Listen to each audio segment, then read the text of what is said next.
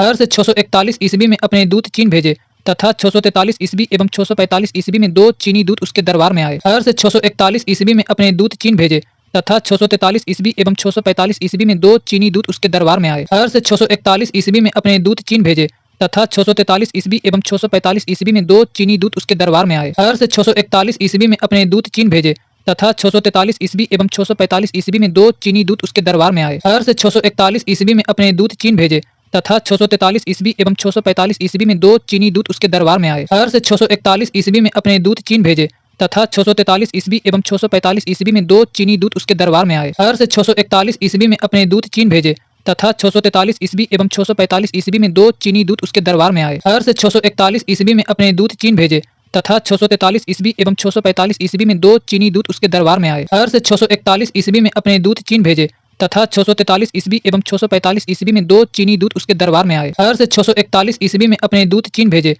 तथा 643 ईस्वी एवं 645 ईस्वी में 2 चीनी दूत उसके दरबार में आए। हर्ष 641 ईस्वी में अपने दूत चीन भेजे तथा 643 ईस्वी एवं 645 ईस्वी में 2 चीनी दूत उसके दरबार में आए। हर्ष 641 ईस्वी में अपने दूत चीन भेजे तथा 643 ईस्वी एवं 645 ईस्वी में 2 चीनी दूत उसके दरबार में आए। हर्ष 641 ईस्वी में अपने दूत चीन भेजे तथा 643 ईस्वी एवं 645 ईस्वी में 2 चीनी दूत उसके दरबार में आए। हर्ष 641 ईस्वी में अपने दूत चीन भेजे तथा 643 ईस्वी एवं 645 ईस्वी में 2 चीनी दूत उसके दरबार में आए। हर्ष 641 ईस्वी में अपने दूत चीन भेजे तथा 643 ईस्वी एवं 645 ईस्वी में 2 चीनी दूत उसके दरबार में आए। हर्ष 641 ईस्वी में अपने दूत चीन भेजे तथा 643 ईस्वी एवं 645 ईस्वी में 2 चीनी दूत उसके दरबार में आए। हर्ष 641 ईस्वी में अपने दूत चीन भेजे तथा 643 ईस्वी एवं 645 ईस्वी में 2 चीनी दूत उसके दरबार में आए। हर्ष 641 ईस्वी में अपने दूत चीन भेजे तथा 643 ईस्वी एवं 645 ईस्वी में 2 चीनी दूत उसके दरबार में आए। हर्ष 641 ईस्वी में अपने दूत चीन भेजे तथा 643 ईस्वी एवं 645 ईस्वी में 2 चीनी दूत उसके दरबार में आए। हर्ष 641 ईस्वी में अपने दूत चीन भेजे तथा 643 ईस्वी एवं 645 ईस्वी में 2 चीनी दूत उसके दरबार में आए। हर्ष 641 ईस्वी में अपने दूत चीन भेजे तथा 643 ईस्वी एवं 645 ईस्वी में 2 चीनी दूत उसके दरबार में आए। हर्ष 641 ईस्वी में अपने दूत चीन भेजे तथा 643 ईस्वी एवं 645 ईस्वी में 2 चीनी दूत उसके दरबार में आए। हर्ष 641 ईस्वी में अपने दूत चीन भेजे तथा 643 ईस्वी एवं 645 ईस्वी में 2 चीनी दूत उसके दरबार में आए। हर्ष 641 ईस्वी में अपने दूत चीन भेजे तथा 643 ईस्वी एवं 645 ईस्वी में 2 चीनी दूत उसके दरबार में आए। हर्ष 641 ईस्वी में अपने दूत चीन भेजे तथा 643 ईस्वी एवं 645 ईस्वी में 2 चीनी दूत उसके दरबार में आए। हर्ष 641 ईस्वी में अपने दूत चीन भेजे तथा 643 ईस्वी एवं 645 ईस्वी में 2 चीनी दूत उसके दरबार में आए। हर्ष 641 ईस्वी में अपने दूत चीन भेजे तथा 643 ईस्वी एवं 645 ईस्वी में 2 चीनी दूत उसके दरबार में आए। हर्ष 641 ईस्वी में अपने दूत चीन भेजे तथा 643 ईस्वी एवं 645 ईस्वी में 2 चीनी दूत उसके दरबार में आए। हर्ष 641 ईस्वी में अपने दूत चीन भेजे तथा 643 ईस्वी एवं 645 ईस्वी में 2 चीनी दूत उसके दरबार में आए। हर्ष 641 ईस्वी में अपने दूत चीन भेजे तथा 643 ईस्वी एवं 645 ईस्वी में 2 चीनी दूत उसके दरबार में आए। हर्ष 641 ईस्वी में अपने दूत चीन भेजे तथा 643 ईस्वी एवं 645 ईस्वी में 2 चीनी दूत उसके दरबार में आए। हर्ष 641 ईस्वी में अपने दूत चीन भेजे तथा 643 ईस्वी एवं 645 ईस्वी में 2 चीनी दूत उसके दरबार में आए। हर्ष 641 ईस्वी में अपने दूत चीन भेजे तथा 643 ईस्वी एवं 645 ईस्वी में 2 चीनी दूत उसके दरबार में आए। हर्ष 641 ईस्वी में अपने दूत चीन भेजे तथा 643 ईस्वी एवं 645 ईस्वी में 2 चीनी दूत उसके दरबार में आए। हर्ष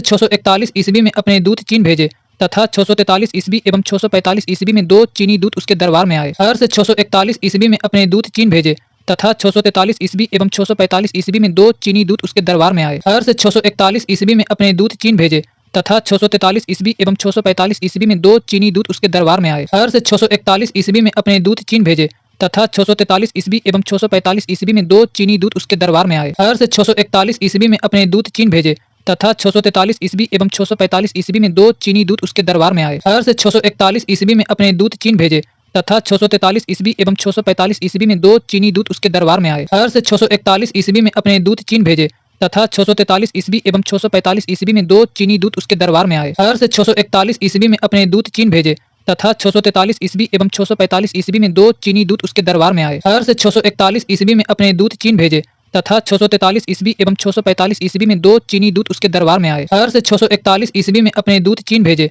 तथा 643 ईस्वी एवं 645 ईस्वी में 2 चीनी दूत उसके दरबार में आए। हर्ष 641 ईस्वी में अपने दूत चीन भेजे तथा 643 ईस्वी एवं 645 ईस्वी में 2 चीनी दूत उसके दरबार में आए। हर्ष 641 ईस्वी में अपने दूत चीन भेजे तथा 643 ईस्वी एवं 645 ईस्वी में 2 चीनी दूत उसके दरबार में आए। हर्ष 641 ईस्वी में अपने दूत चीन भेजे तथा 643 ईस्वी एवं 645 ईस्वी में 2 चीनी दूत उसके दरबार में आए। हर्ष 641 ईस्वी में अपने दूत चीन भेजे तथा 643 ईस्वी एवं 645 ईस्वी में 2 चीनी दूत उसके दरबार में आए। हर्ष 641 ईस्वी में अपने दूत चीन भेजे तथा 643 ईस्वी एवं 645 ईस्वी में 2 चीनी दूत उसके दरबार में आए। हर्ष 641 ईस्वी में अपने दूत चीन भेजे तथा 643 ईस्वी एवं 645 ईस्वी में 2 चीनी दूत उसके दरबार में आए। हर्ष 641 ईस्वी में अपने दूत चीन भेजे तथा 643 ईस्वी एवं 645 ईस्वी में 2 चीनी दूत उसके दरबार में आए। हर्ष 641 ईस्वी में अपने दूत चीन भेजे तथा 643 ईस्वी एवं 645 ईस्वी में 2 चीनी दूत उसके दरबार में आए। हर्ष 641 ईस्वी में अपने दूत चीन भेजे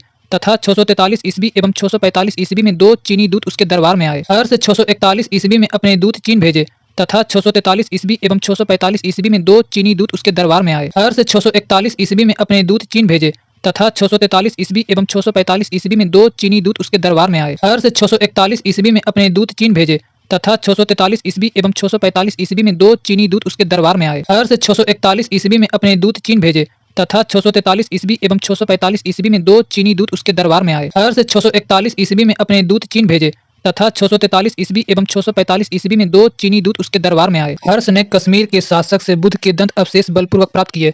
हर्ष के पूर्वज भगवान शिव और सूर्य के अनन्य उपासक थे। हर्ष ने कश्मीर के शासक से बुद्ध के दंत अवशेष बलपूर्वक प्राप्त किए। हर्ष के पूर्वज भगवान शिव और सूर्य के अनन्य उपासक थे। हर्ष ने कश्मीर के शासक से बुद्ध के दंत अवशेष बलपूर्वक प्राप्त किए। हर्ष के पूर्वज भगवान शिव और सूर्य के अनन्य उपासक थे। हर्ष ने कश्मीर के शासक से बुद्ध के दंत अवशेष बलपूर्वक प्राप्त किए। हर्ष के पूर्वज भगवान शिव और सूर्य के अनन्य उपासक थे। हर्ष ने कश्मीर के शासक से बुद्ध के दंत अवशेष बलपूर्वक प्राप्त किए। हर्ष के पूर्वज भगवान शिव और सूर्य के अनन्य उपासक थे। हर्ष ने कश्मीर के शासक से बुद्ध के दंत अवशेष बलपूर्वक प्राप्त किए। हर्ष के पूर्वज भगवान शिव और सूर्य के अनन्य उपासक थे। हर्ष ने कश्मीर के शासक से बुद्ध के दंत अवशेष बलपूर्वक प्राप्त किए। हर्ष के पूर्वज भगवान शिव और सूर्य के अनन्य उपासक थे। हर्ष ने कश्मीर के शासक से बुद्ध के दंत अवशेष बलपूर्वक प्राप्त किए। हर्ष के पूर्वज भगवान शिव और सूर्य के अनन्य उपासक थे। हर्ष ने कश्मीर के शासक से बुद्ध के दंत अवशेष बलपूर्वक प्राप्त किए। हर्ष के पूर्वज भगवान शिव और सूर्य के अनन्य उपासक थे। हर्ष ने कश्मीर के शासक से बुद्ध के दंत अवशेष बलपूर्वक प्राप्त किए। हर्ष के पूर्वज भगवान शिव और सूर्य के अनन्य उपासक थे। हर्ष ने कश्मीर के शासक से बुद्ध के दंत अवशेष बलपूर्वक प्राप्त किए। हर्ष के पूर्वज भगवान शिव और सूर्य के अनन्य उपासक थे। हर्ष ने कश्मीर के शासक से बुद्ध के दंत अवशेष बलपूर्वक प्राप्त किए। हर्ष के पूर्वज भगवान शिव और सूर्य के अनन्य उपासक थे। हर्ष ने कश्मीर के शासक से बुद्ध के दंत अवशेष बलपूर्वक प्राप्त किए। हर्ष के पूर्वज भगवान शिव और सूर्य के अनन्य उपासक थे। हर्ष ने कश्मीर के शासक से बुद्ध के दंत अवशेष बलपूर्वक प्राप्त किए। हर्ष के पूर्वज भगवान शिव और सूर्य के अनन्य उपासक थे। हर्ष ने कश्मीर के शासक से बुद्ध के दंत अवशेष बलपूर्वक प्राप्त किए। हर्ष के पूर्वज भगवान शिव और सूर्य के अनन्य उपासक थे। हर्ष ने कश्मीर के शासक से बुद्ध के दंत अवशेष बलपूर्वक प्राप्त किए। हर्ष के पूर्वज भगवान शिव और सूर्य के अनन्य उपासक थे। हर्ष ने कश्मीर के शासक से बुद्ध के दंत अवशेष बलपूर्वक प्राप्त किए। हर्ष के पूर्वज भगवान शिव और सूर्य के अनन्य उपासक थे। हर्ष ने कश्मीर के शासक से बुद्ध के दंत अवशेष बलपूर्वक प्राप्त किए। हर्ष के पूर्वज भगवान शिव और सूर्य के अनन्य उपासक थे। हर्ष ने कश्मीर के शासक से बुद्ध के दंत अवशेष बलपूर्वक प्राप्त किए। हर्ष के पूर्वज भगवान शिव और सूर्य के अनन्य उपासक थे। हर्ष ने कश्मीर के शासक से बुद्ध के दंत अवशेष बलपूर्वक प्राप्त किए। हर्ष के पूर्वज भगवान शिव और सूर्य के अनन्य उपासक थे। हर्ष ने कश्मीर के शासक से बुद्ध के दंत अवशेष बलपूर्वक प्राप्त किए। हर्ष के पूर्वज भगवान शिव और सूर्य के अनन्य उपासक थे। हर्ष ने कश्मीर के शासक से बुद्ध के दंत अवशेष बलपूर्वक प्राप्त किए। हर्ष के पूर्वज भगवान शिव और सूर्य के अनन्य उपासक थे। हर्ष ने कश्मीर के शासक से बुद्ध के दंत अवशेष बलपूर्वक प्राप्त किए। हर्ष के पूर्वज भगवान शिव और सूर्य के अनन्य उपासक थे। हर्ष ने कश्मीर के शासक से बुद्ध के दंत अवशेष बलपूर्वक प्राप्त किए। हर्ष के पूर्वज भगवान शिव और सूर्य के अनन्य उपासक थे। हर्ष ने कश्मीर के शासक से बुद्ध के दंत अवशेष बलपूर्वक प्राप्त किए। हर्ष के पूर्वज भगवान शिव और सूर्य के अनन्य उपासक थे। हर्ष ने कश्मीर के शासक से बुद्ध के दंत अवशेष बलपूर्वक प्राप्त किए। हर्ष के पूर्वज भगवान शिव और सूर्य के अनन्य उपासक थे। हर्ष ने कश्मीर के शासक से बुद्ध के दंत अवशेष बलपूर्वक प्राप्त किए। हर्ष के पूर्वज भगवान शिव और सूर्य के अनन्य उपासक थे। हर्ष ने कश्मीर के शासक से बुद्ध के दंत अवशेष बलपूर्वक प्राप्त किए। हर्ष के पूर्वज भगवान शिव और सूर्य के अनन्य उपासक थे। हर्ष ने कश्मीर के शासक से बुद्ध के दंत अवशेष बलपूर्वक प्राप्त किए। हर्ष के पूर्वज भगवान शिव और सूर्य के अनन्य उपासक थे। हर्ष ने कश्मीर के शासक से बुद्ध के दंत अवशेष बलपूर्वक प्राप्त किए। हर्ष के पूर्वज भगवान शिव और सूर्य के अनन्य उपासक थे। हर्ष ने कश्मीर के शासक से बुद्ध के दंत अवशेष बलपूर्वक प्राप्त किए। हर्ष के पूर्वज भगवान शिव और सूर्य के अनन्य उपासक थे। हर्ष ने कश्मीर के शासक से बुद्ध के दंत अवशेष बलपूर्वक प्राप्त किए। हर्ष के पूर्वज भगवान शिव और सूर्य के अनन्य उपासक थे। हर्ष ने कश्मीर के शासक से बुद्ध के दंत अवशेष बलपूर्वक प्राप्त किए। हर्ष के पूर्वज भगवान शिव और सूर्य के अनन्य उपासक थे। हर्ष ने कश्मीर के शासक से बुद्ध के दंत अवशेष बलपूर्वक प्राप्त किए। हर्ष के पूर्वज भगवान शिव और सूर्य के अनन्य उपासक थे। हर्ष ने कश्मीर के शासक से बुद्ध के दंत अवशेष बलपूर्वक प्राप्त किए।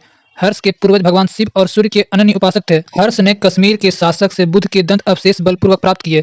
हर्ष के पूर्वज भगवान शिव और सूर्य के अनन्य उपासक थे। हर्ष ने कश्मीर के शासक से बुध के दंत अवशेष बलपूर्वक प्राप्त किए।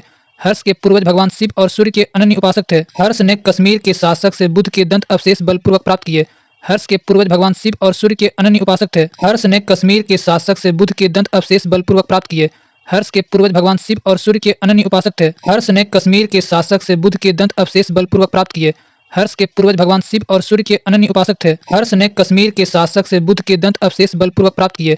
हर्ष के पूर्वज भगवान शिव और सूर्य के अनन्य उपासक थे। हर्ष ने कश्मीर के शासक से बुध के दंत अवशेष बलपूर्वक प्राप्त किए। हर्ष के पूर्वज भगवान शिव और सूर्य के अनन्य उपासक थे। हर्ष ने कश्मीर के शासक से बुध के दंत अवशेष बलपूर्वक प्राप्त किए। हर्ष के पूर्वज भगवान शिव और सूर्य के अनन्य उपासक थे। हर्ष ने कश्मीर के शासक से बुध के दंत अवशेष बलपूर्वक प्राप्त किए। हर्ष के पूर्वज भगवान शिव और सूर्य के अनन्य उपासक थे। हर्ष ने कश्मीर के शासक से बुध के दंत अवशेष बलपूर्वक प्राप्त किए। हर्ष के पूर्वज भगवान शिव और सूर्य के अनन्य उपासक थे। हर्ष ने कश्मीर के शासक से बुध के दंत अवशेष बलपूर्वक प्राप्त किए। हर्ष के पूर्वज भगवान शिव और सूर्य के अनन्य उपासक थे। हर्ष ने कश्मीर के शासक से बुध के दंत अवशेष बलपूर्वक प्राप्त किए। हर्ष के पूर्वज भगवान शिव और सूर्य के अनन्य उपासक थे। हर्ष ने कश्मीर के शासक से बुध के दंत अवशेष बलपूर्वक प्राप्त किए। हर्ष के पूर्वज भगवान शिव और सूर्य के अनन्य उपासक थे। हर्ष ने कश्मीर के शासक से बुध के दंत अवशेष बलपूर्वक प्राप्त किए। हर्ष के पूर्वज भगवान शिव और सूर्य के अनन्य उपासक थे। प्रारंभ में हर्ष भी अपने कुल देवता शिव का परम भक्त था। चीनी यात्री ह्वेंसांग से मिलने के बाद उसने बौद्ध धर्म की महायान शाखा को राज्याश्रय प्रदान किया तथा वह पूर्ण बौद्ध बन गया। प्रारंभ में हर्ष भी अपने कुल देवता शिव का परम भक्त था। चीनी यात्री ह्वेंसांग से मिलने के बाद उसने बौद्ध धर्म की महायान शाखा को राज्याश्रय प्रदान किया तथा वह पूर्ण बौद्ध बन गया। प्रारंभ में हर्ष भी अपने कुल देवता शिव का परम भक्त था। चीनी यात्री ह्वेंसांग से मिलने के बाद उसने बौद्ध धर्म की महायान शाखा को राज्याश्रय प्रदान किया तथा वह पूर्ण बौद्ध बन गया। प्रारंभ में हर्ष भी अपने कुल देवता शिव का परम भक्त था। चीनी यात्री ह्वेंसांग से मिलने के बाद उसने बौद्ध धर्म की महायान शाखा को राज्याश्रय प्रदान किया तथा वह पूर्ण बौद्ध बन गया। प्रारंभ में हर्ष भी अपने कुल देवता शिव का परम भक्त था। चीनी यात्री ह्वेंसांग से मिलने के बाद उसने बौद्ध धर्म की महायान शाखा को राज्याश्रय प्रदान किया तथा वह पूर्ण बौद्ध बन गया। प्रारंभ में हर्ष भी अपने कुल देवता शिव का परम भक्त था। चीनी यात्री ह्वेंसांग से मिलने के बाद उसने बौद्ध धर्म की महायान शाखा को राज्याश्रय प्रदान किया तथा वह पूर्ण बौद्ध बन गया। प्रारंभ में हर्ष भी अपने कुल देवता शिव का परम भक्त था।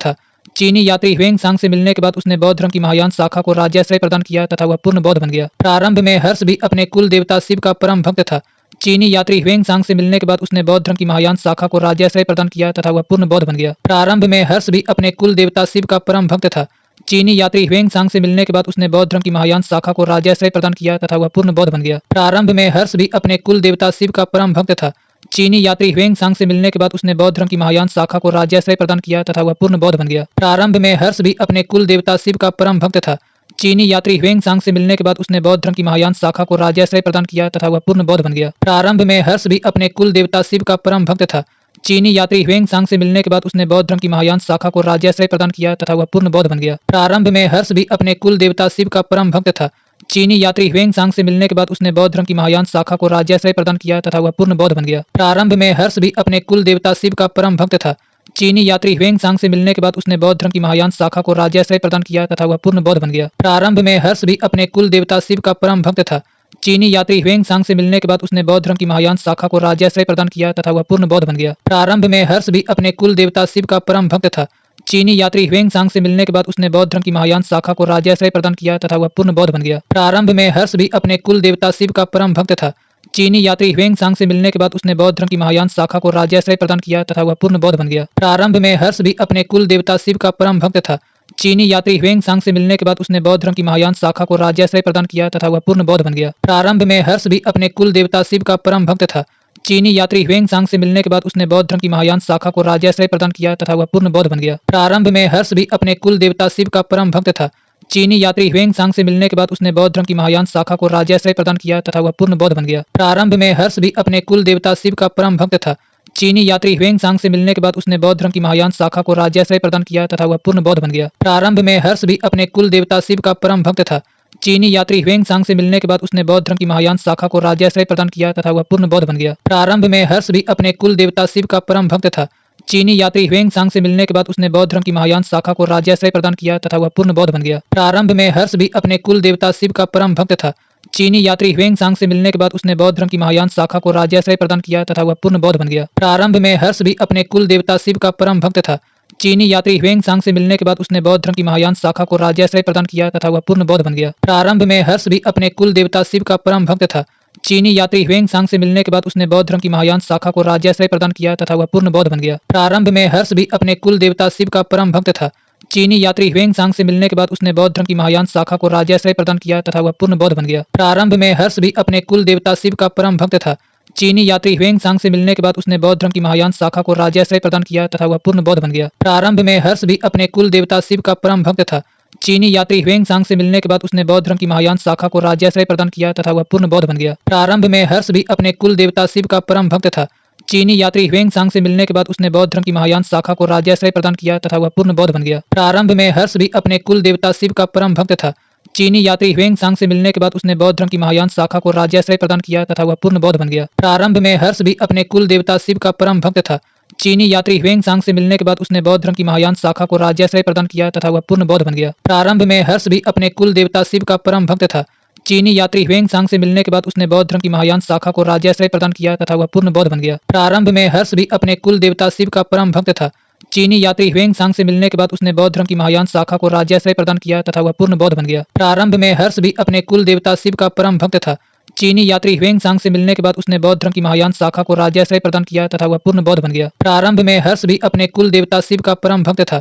चीनी यात्री ह्वेंग सांग से मिलने के बाद उसने बौद्ध धर्म की महायान शाखा को राज्याश्रय प्रदान किया तथा वह पूर्ण बौद्ध बन गया। प्रारंभ में हर्ष भी अपने कुल देवता शिव का परम भक्त था। चीनी यात्री ह्वेंग सांग से मिलने के बाद उसने बौद्ध धर्म की महायान शाखा को राज्याश्रय प्रदान किया तथा वह पूर्ण बौद्ध बन गया। प्रारंभ में हर्ष भी अपने कुल देवता शिव का परम भक्त था। चीनी यात्री ह्वेंग सांग से मिलने के बाद उसने बौद्ध धर्म की महायान शाखा को राज्याश्रय प्रदान किया तथा वह पूर्ण बौद्ध बन गया। प्रारंभ में हर्ष भी अपने कुल देवता शिव का परम भक्त था। चीनी यात्री ह्वेंग सांग से मिलने के बाद उसने बौद्ध धर्म की महायान शाखा को राज्याश्रय प्रदान किया तथा वह पूर्ण बौद्ध बन गया। प्रारंभ में हर्ष भी अपने कुल देवता शिव का परम भक्त था। चीनी यात्री ह्वेंग सांग से मिलने के बाद उसने बौद्ध धर्म की महायान शाखा को राज्याश्रय प्रदान किया तथा वह पूर्ण बौद्ध बन गया। प्रारंभ में हर्ष भी अपने कुल देवता शिव का परम भक्त था।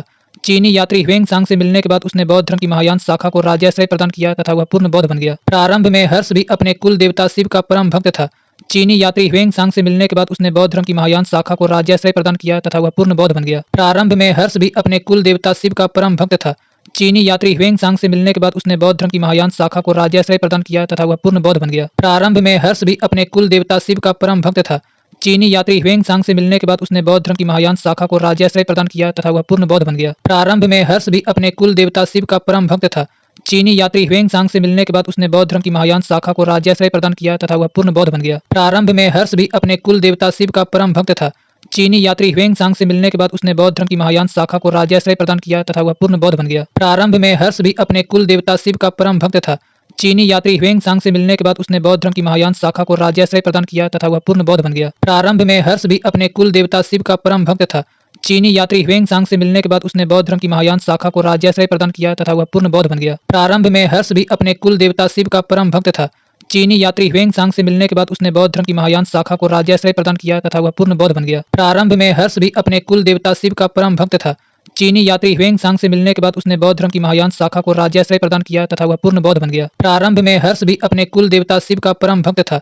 चीनी यात्री ह्वेंग सांग से मिलने के बाद उसने बौद्ध धर्म की महायान शाखा को राज्याश्रय प्रदान किया तथा वह पूर्ण बौद्ध बन गया। हर्ष के समय में नालंदा महाविहार महायान बौद्ध धर्म की शिक्षा का प्रधान केंद्र था। हर्ष के समय में नालंदा महाविहार महायान बौद्ध धर्म की शिक्षा का प्रधान केंद्र था। हर्ष के समय में नालंदा महाविहार महायान बौद्ध धर्म की शिक्षा का प्रधान केंद्र था। हर्ष के समय में नालंदा महाविहार महायान बौद्ध धर्म की शिक्षा का प्रधान केंद्र था। हर्ष के समय में नालंदा महाविहार महायान बौद्ध धर्म की शिक्षा का प्रधान केंद्र था। हर्ष के समय में नालंदा महाविहार महायान बौद्ध धर्म की शिक्षा का प्रधान केंद्र था। हर्ष के समय में नालंदा महाविहार महायान बौद्ध धर्म की शिक्षा का प्रधान केंद्र था। हर्ष के समय में नालंदा महाविहार महायान बौद्ध धर्म की शिक्षा का प्रधान केंद्र था। हर्ष के समय में नालंदा महाविहार महायान बौद्ध धर्म की शिक्षा का प्रधान केंद्र था। हर्ष के समय में नालंदा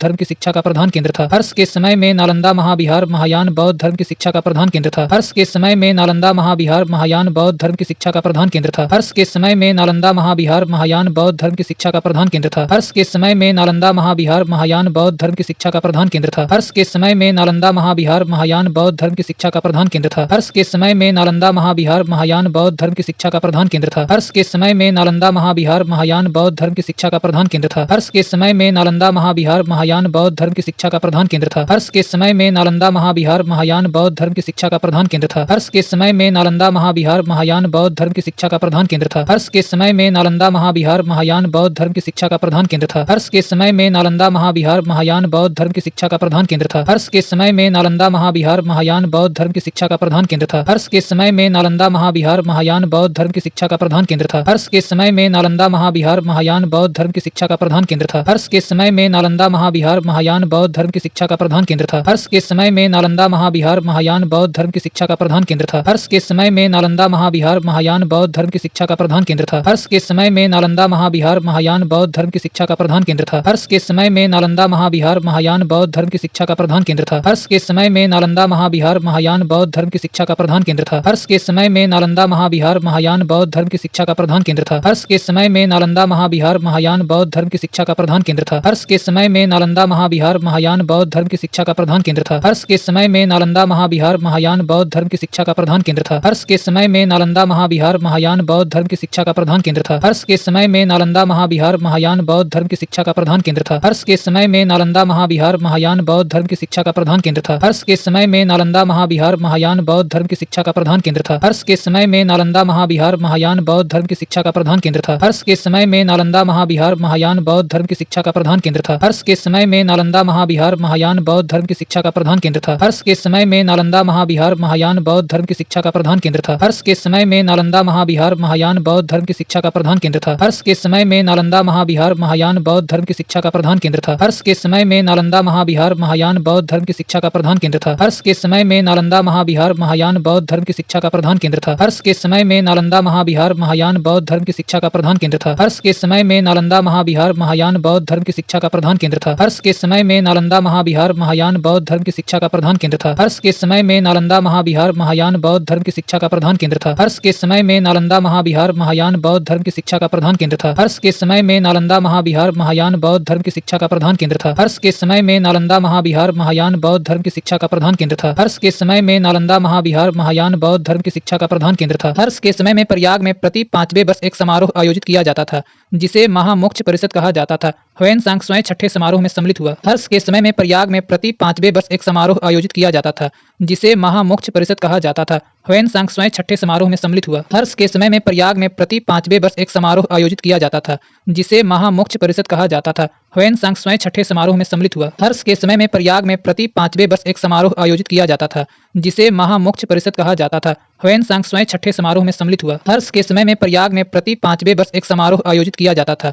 जिसे महामोक्ष परिषद कहा जाता था। ह्वेन-सांग स्वयं छठे समारोह में सम्मिलित हुआ। हर्ष के समय में प्रयाग में प्रति 5वें वर्ष एक समारोह आयोजित किया जाता था जिसे महामोक्ष परिषद कहा जाता था। ह्वेन-सांग स्वयं छठे समारोह में सम्मिलित हुआ। हर्ष के समय में प्रयाग में प्रति 5वें वर्ष एक समारोह आयोजित किया जाता था जिसे महामोक्ष परिषद कहा जाता था। ह्वेन-सांग स्वयं छठे समारोह में सम्मिलित हुआ। हर्ष के समय में प्रयाग में प्रति 5वें वर्ष एक समारोह आयोजित किया जाता था जिसे महामोक्ष परिषद कहा जाता था। ह्वेन-सांग स्वयं छठे समारोह में सम्मिलित हुआ। हर्ष के समय में प्रयाग में प्रति 5वें वर्ष एक समारोह आयोजित किया जाता था जिसे महामोक्ष परिषद कहा जाता था। ह्वेन-सांग स्वयं छठे समारोह में सम्मिलित हुआ। हर्ष के समय में प्रयाग में प्रति 5वें वर्ष एक समारोह आयोजित किया जाता था जिसे महामोक्ष परिषद कहा जाता था। ह्वेन-सांग स्वयं छठे समारोह में सम्मिलित हुआ। हर्ष के समय में प्रयाग में प्रति 5वें वर्ष एक समारोह आयोजित किया जाता था जिसे महामोक्ष परिषद कहा जाता था। ह्वेन-सांग स्वयं छठे समारोह में सम्मिलित हुआ। हर्ष के समय में प्रयाग में प्रति 5वें वर्ष एक समारोह आयोजित किया जाता था जिसे महामोक्ष परिषद कहा जाता था। ह्वेन-सांग स्वयं छठे समारोह में सम्मिलित हुआ। हर्ष के समय में प्रयाग में प्रति 5वें वर्ष एक समारोह आयोजित किया जाता था जिसे महामोक्ष परिषद कहा जाता था। ह्वेन-सांग स्वयं छठे समारोह में सम्मिलित हुआ। हर्ष के समय में प्रयाग में प्रति 5वें वर्ष एक समारोह आयोजित किया जाता था जिसे महामोक्ष परिषद कहा जाता था। ह्वेन-सांग स्वयं छठे समारोह में सम्मिलित हुआ। हर्ष के समय में प्रयाग में प्रति 5वें वर्ष एक समारोह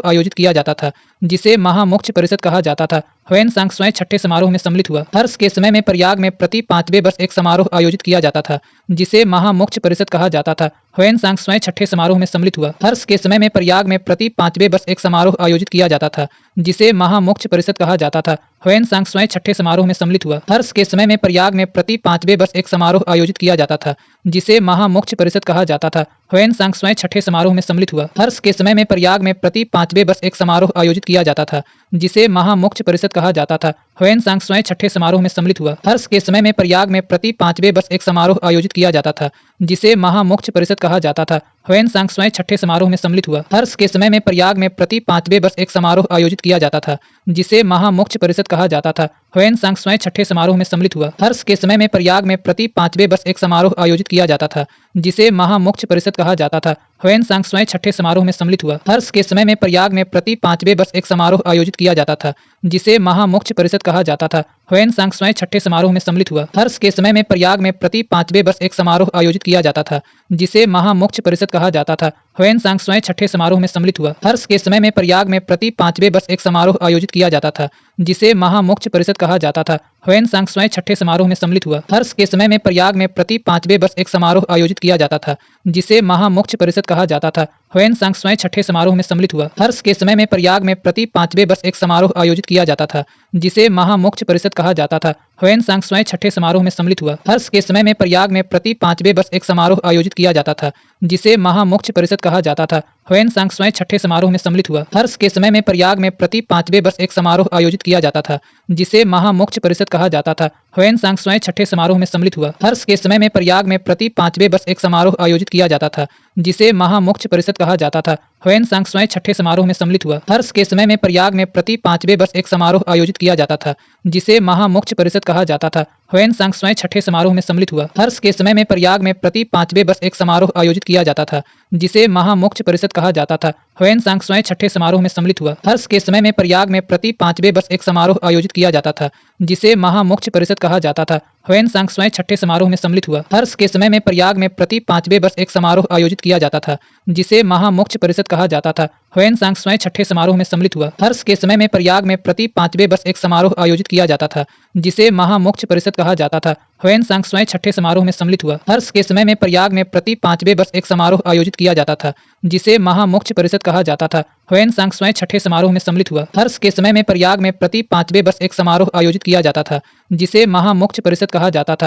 ह्वेन-सांग स्वयं छठे समारोह में सम्मिलित हुआ। हर्ष के समय में प्रयाग में प्रति 5वें वर्ष एक समारोह आयोजित किया जाता था, जिसे महामोक्ष परिषद कहा जाता था। ह्वेन-सांग स्वयं छठे समारोह में सम्मिलित हुआ। हर्ष के समय में प्रयाग में प्रति 5वें वर्ष एक समारोह आयोजित किया जाता था, जिसे महामोक्ष परिषद कहा जाता था। ह्वेन-सांग स्वयं छठे समारोह में सम्मिलित हुआ। हर्ष के समय में प्रयाग में प्रति 5वें वर्ष एक समारोह आयोजित किया जाता था, जिसे महामोक्ष परिषद कहा जाता था। ह्वेन-सांग स्वयं छठे समारोह में सम्मिलित हुआ। हर्ष के समय में प्रयाग में प्रति 5वें वर्ष एक समारोह आयोजित किया जाता था, जिसे महामोक्ष परिषद कहा जाता था। ह्वेन-सांग स्वयं छठे समारोह में सम्मिलित हुआ। हर्ष के समय में प्रयाग में प्रति 5वें वर्ष एक समारोह आयोजित किया जाता था, जिसे महामोक्ष परिषद कहा जाता था। ह्वेन-सांग स्वयं छठे समारोह में सम्मिलित हुआ। हर्ष के समय में प्रयाग में प्रति 5वें वर्ष एक समारोह आयोजित किया जाता था, जिसे महामोक्ष परिषद कहा जाता था। ह्वेन-सांग स्वयं छठे समारोह में सम्मिलित हुआ। हर्ष के समय में प्रयाग में प्रति 5वें वर्ष एक समारोह आयोजित किया जाता था, जिसे महामोक्ष परिषद कहा जाता था। ह्वेन-सांग स्वयं छठे समारोह में सम्मिलित हुआ। हर्ष के समय में प्रयाग में प्रति 5वें वर्ष एक समारोह आयोजित किया जाता था, जिसे महामोक्ष परिषद कहा जाता था।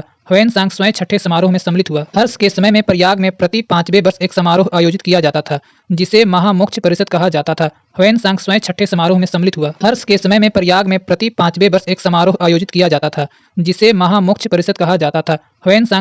समारोह में सम्मिलित हुआ। हर्ष के समय में प्रयाग में प्रति 5वें वर्ष एक समारोह आयोजित किया जाता था, जिसे महामोक्ष परिषद कहा जाता था। ह्वेन-सांग स्वयं छठे समारोह में सम्मिलित हुआ। हर्ष के समय में प्रयाग में प्रति 5वें वर्ष एक समारोह आयोजित किया जाता था, जिसे महामोक्ष परिषद कहा जाता था। ह्वेन-सांग स्वयं छठे समारोह में सम्मिलित हुआ। हर्ष के समय में प्रयाग में प्रति 5वें वर्ष एक समारोह आयोजित किया जाता था, जिसे महामोक्ष परिषद कहा जाता था। ह्वेन-सांग स्वयं छठे समारोह में सम्मिलित हुआ। हर्ष के समय में प्रयाग में प्रति 5वें वर्ष एक समारोह आयोजित किया जाता था, जिसे महामोक्ष परिषद कहा जाता था। ह्वेन-सांग स्वयं छठे समारोह में सम्मिलित हुआ। बाण भट्ट हर्ष के दरबारी कवि थे। उन्होंने हर्षचरित एवं कादंबरी की रचना की। बाण भट्ट के गुरु भच्चृ थे। बाण भट्ट हर्ष के दरबारी कवि थे। उन्होंने हर्षचरित एवं कादंबरी की रचना की। बाण भट्ट के गुरु भच्चृ थे। बाण भट्ट हर्ष के दरबारी कवि थे। उन्होंने हर्षचरित एवं कादंबरी की रचना की। बाण भट्ट के गुरु भच्चृ थे। बाण भट्ट हर्ष के दरबारी कवि थे। उन्होंने हर्षचरित एवं कादंबरी की रचना की। बाण भट्ट के गुरु भच्चृ थे। बाण भट्ट हर्ष के दरबारी कवि थे। उन्होंने हर्षचरित एवं कादंबरी की रचना की। बाण भट्ट के गुरु भच्चृ थे। बाण भट्ट हर्ष के दरबारी कवि थे। उन्होंने हर्षचरित एवं कादंबरी की रचना की। बाण भट्ट के गुरु भच्चृ थे। बाण भट्ट हर्ष के दरबारी कवि थे। उन्होंने उन्होंने हर्षचरित एवं कादम्बरी की रचना की। बाण भट्ट के गुरु भच्चृ थे। बाण भट्ट हर्ष के दरबारी कवि थे। उन्होंने हर्षचरित एवं कादम्बरी की रचना की। बाण भट्ट के गुरु भच्चृ थे। बाण भट्ट हर्ष के दरबारी कवि थे। उन्होंने हर्षचरित एवं कादम्बरी की रचना की। बाण भट्ट के गुरु भच्चृ थे। बाण भट्ट हर्ष के दरबारी कवि थे। उन्होंने हर्षचरित एवं कादम्बरी की रचना की। बाण भट्ट के गुरु भच्चृ थे। बाण भट्ट हर्ष के दरबारी कवि थे। उन्होंने हर्षचरित एवं कादम्बरी की रचना की। बाण भट्ट के गुरु भच्चृ थे। बाण भट्ट हर्ष के दरबारी कवि थे। उन्होंने हर्षचरित एवं कादम्बरी की रचना की। बाण भट्ट के गुरु भच्चृ थे। बाण भट्ट हर्ष के दरबारी कवि थे। उन्होंने हर्षचरित एवं कादम्बरी की रचना की। बाण भट्ट के गुरु भच्चृ थे। बाण भट्ट हर्ष के दरबारी कवि थे। उन्होंने हर्षचरित एवं कादम्बरी की रचना की। बाण भट्ट के गुरु भच्चृ थे। बाण भट्ट हर्ष के दरबारी कवि थे।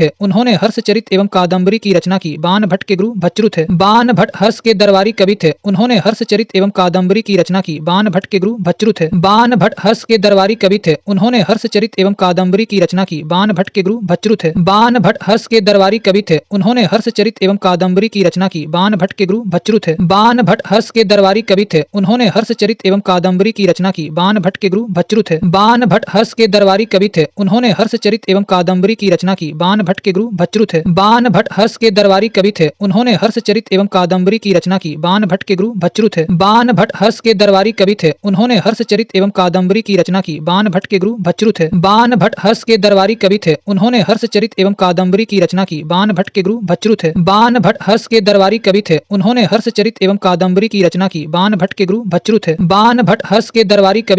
उन्होंने हर्षचरित एवं कादम्बरी की रचना की। बाण भट्ट के गुरु भच्चृ थे। बाण भट्ट हर्ष के दरबारी कवि थे। उन्होंने हर्षचरित एवं कादम्बरी की रचना की। बाण भट्ट के गुरु भच्चृ थे। बाण भट्ट हर्ष के दरबारी कवि थे। उन्होंने हर्षचरित एवं कादम्बरी की रचना की। बाण भट्ट के गुरु भच्चृ थे। बाण भट्ट हर्ष के दरबारी कवि थे। उन्होंने हर्षचरित एवं कादम्बरी की रचना की। बाण भट्ट के गुरु भच्चृ थे। बाण भट्ट हर्ष के दरबारी कवि थे। उन्होंने हर्षचरित एवं कादम्बरी की रचना की। बाण भट्ट के गुरु भच्चृ थे। बाण भट्ट हर्ष के दरबारी कवि थे। उन्होंने हर्षचरित एवं कादम्बरी की रचना की। बाण भट्ट के गुरु भच्चृ थे। बाण भट्ट हर्ष के दरबारी कवि थे। उन्होंने हर्षचरित एवं कादम्बरी की रचना की। बाण भट्ट के गुरु भच्चृ थे। बाण भट्ट हर्ष के दरबारी कवि थे। उन्होंने हर्षचरित एवं कादम्बरी की रचना की। बाण भट्ट के गुरु भच्चृ थे। बाण भट्ट हर्ष के दरबारी कवि थे। उन्होंने हर्षचरित एवं कादम्बरी की रचना की। बाण भट्ट के गुरु भच्चृ थे। बाण भट्ट हर्ष के दरबारी कवि थे। उन्होंने हर्षचरित एवं कादम्बरी की रचना की। बाण भट्ट के गुरु भच्चृ थे। बाण भट्ट हर्ष के दरबारी कवि थे। उन्होंने हर्षचरित एवं कादम्बरी की रचना की। बाण भट्ट के गुरु भच्चृ थे। बाण भट्ट हर्ष के दरबारी कवि थे। उन्होंने हर्षचरित एवं कादम्बरी की रचना की। बाण भट्ट के गुरु भच्चृ थे। बाण भट्ट हर्ष के दरबारी कवि थे। उन्होंने हर्षचरित एवं कादम्बरी की रचना की। बाण भट्ट के गुरु भच्चृ थे। बाण भट्ट हर्ष के दरबारी कवि थे। उन्होंने हर्षचरित एवं कादम्बरी की रचना की। बाण भट्ट के गुरु भच्चृ थे। बाण भट्ट हर्ष के दरबारी कवि थे। उन्होंने हर्षचरित एवं कादम्बरी की रचना की। बाण भट्ट के गुरु भच्चृ थे। बाण भट्ट हर्ष के दरबारी कवि थे। उन्होंने हर्षचरित एवं कादम्बरी की रचना की। बाण भट्ट के गुरु भच्चृ थे। बाण भट्ट हर्ष के दरबारी कवि थे। उन्होंने हर्षचरित एवं कादम्बरी की रचना की। बाण भट्ट के गुरु भच्चृ थे। बाण भट्ट हर्ष के दरबारी कवि थे। उन्होंने हर्षचरित एवं कादम्बरी की रचना की। बाण भट्ट के गुरु भच्चृ थे। बाण भट्ट हर्ष के दरबारी कवि थे। उन्होंने हर्षचरित एवं कादम्बरी की रचना की। बाण भट्ट के गुरु भच्चृ थे। बाण भट्ट हर्ष के दरबारी कवि थे। उन्होंने हर्षचरित एवं कादम्बरी की रचना की। बाण भट्ट के गुरु भच्चृ थे। बाण भट्ट हर्ष के दरबारी कवि थे। उन्होंने हर्षचरित एवं कादम्बरी की रचना की। बाण भट्ट के गुरु भच्चृ थे। प्रिय दर्शिका, रत्नावली तथा नागानंद नामक 3 संस्कृत नाटक ग्रंथों की रचना हर्ष ने की थी। कहा जाता है कि धावक नामक कवि ने हर्ष से पुरस्कार लेकर उसके नाम से ये तीनों नाटक लिख दिए। प्रिय दर्शिका, रत्नावली तथा नागानंद नामक 3 संस्कृत नाटक ग्रंथों की रचना हर्ष ने की थी। कहा जाता है कि धावक नामक कवि ने हर्ष से पुरस्कार लेकर उसके नाम से ये तीनों नाटक लिख दिए। प्रिय दर्शिका, रत्नावली तथा नागानंद नामक 3 संस्कृत नाटक ग्रंथों की रचना हर्ष ने की थी। कहा जाता है कि धावक नामक कवि ने हर्ष से पुरस्कार लेकर उसके नाम से ये तीनों नाटक लिख दिए। प्रिय दर्शिका, रत्नावली तथा नागानंद नामक 3 संस्कृत नाटक ग्रंथों की रचना हर्ष ने की थी। कहा जाता है कि धावक नामक कवि ने हर्ष से पुरस्कार लेकर उसके नाम से ये तीनों नाटक लिख दिए। प्रिय दर्शिका, रत्नावली तथा नागानंद नामक 3 संस्कृत नाटक ग्रंथों की रचना हर्ष ने की थी। कहा जाता है कि धावक नामक कवि ने हर्ष से पुरस्कार लेकर उसके नाम से ये तीनों नाटक लिख दिए। प्रिय दर्शिका, रत्नावली तथा नागानंद नामक 3 संस्कृत नाटक ग्रंथों की रचना हर्ष ने की थी। कहा जाता है कि धावक नामक कवि ने हर्ष से पुरस्कार लेकर उसके नाम से ये तीनों नाटक लिख दिए। प्रिय दर्शिका, रत्नावली तथा नागानंद नामक 3 संस्कृत नाटक ग्रंथों की रचना हर्ष ने की थी। कहा जाता है कि धावक नामक कवि ने हर्ष से पुरस्कार लेकर उसके नाम से ये तीनों नाटक लिख दिए। प्रिय दर्शिका, रत्नावली तथा नागानंद नामक 3 संस्कृत नाटक ग्रंथों की रचना हर्ष ने की थी।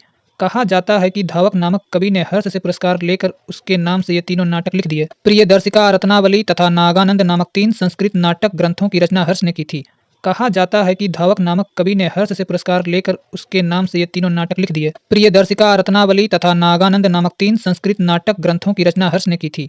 कहा जाता है कि धावक नामक कवि ने हर्ष से पुरस्कार लेकर उसके नाम से ये तीनों नाटक लिख दिए। प्रियदर्शिका, रत्नावली तथा नागानंद नामक 3 संस्कृत नाटक ग्रंथों की रचना हर्ष ने की थी।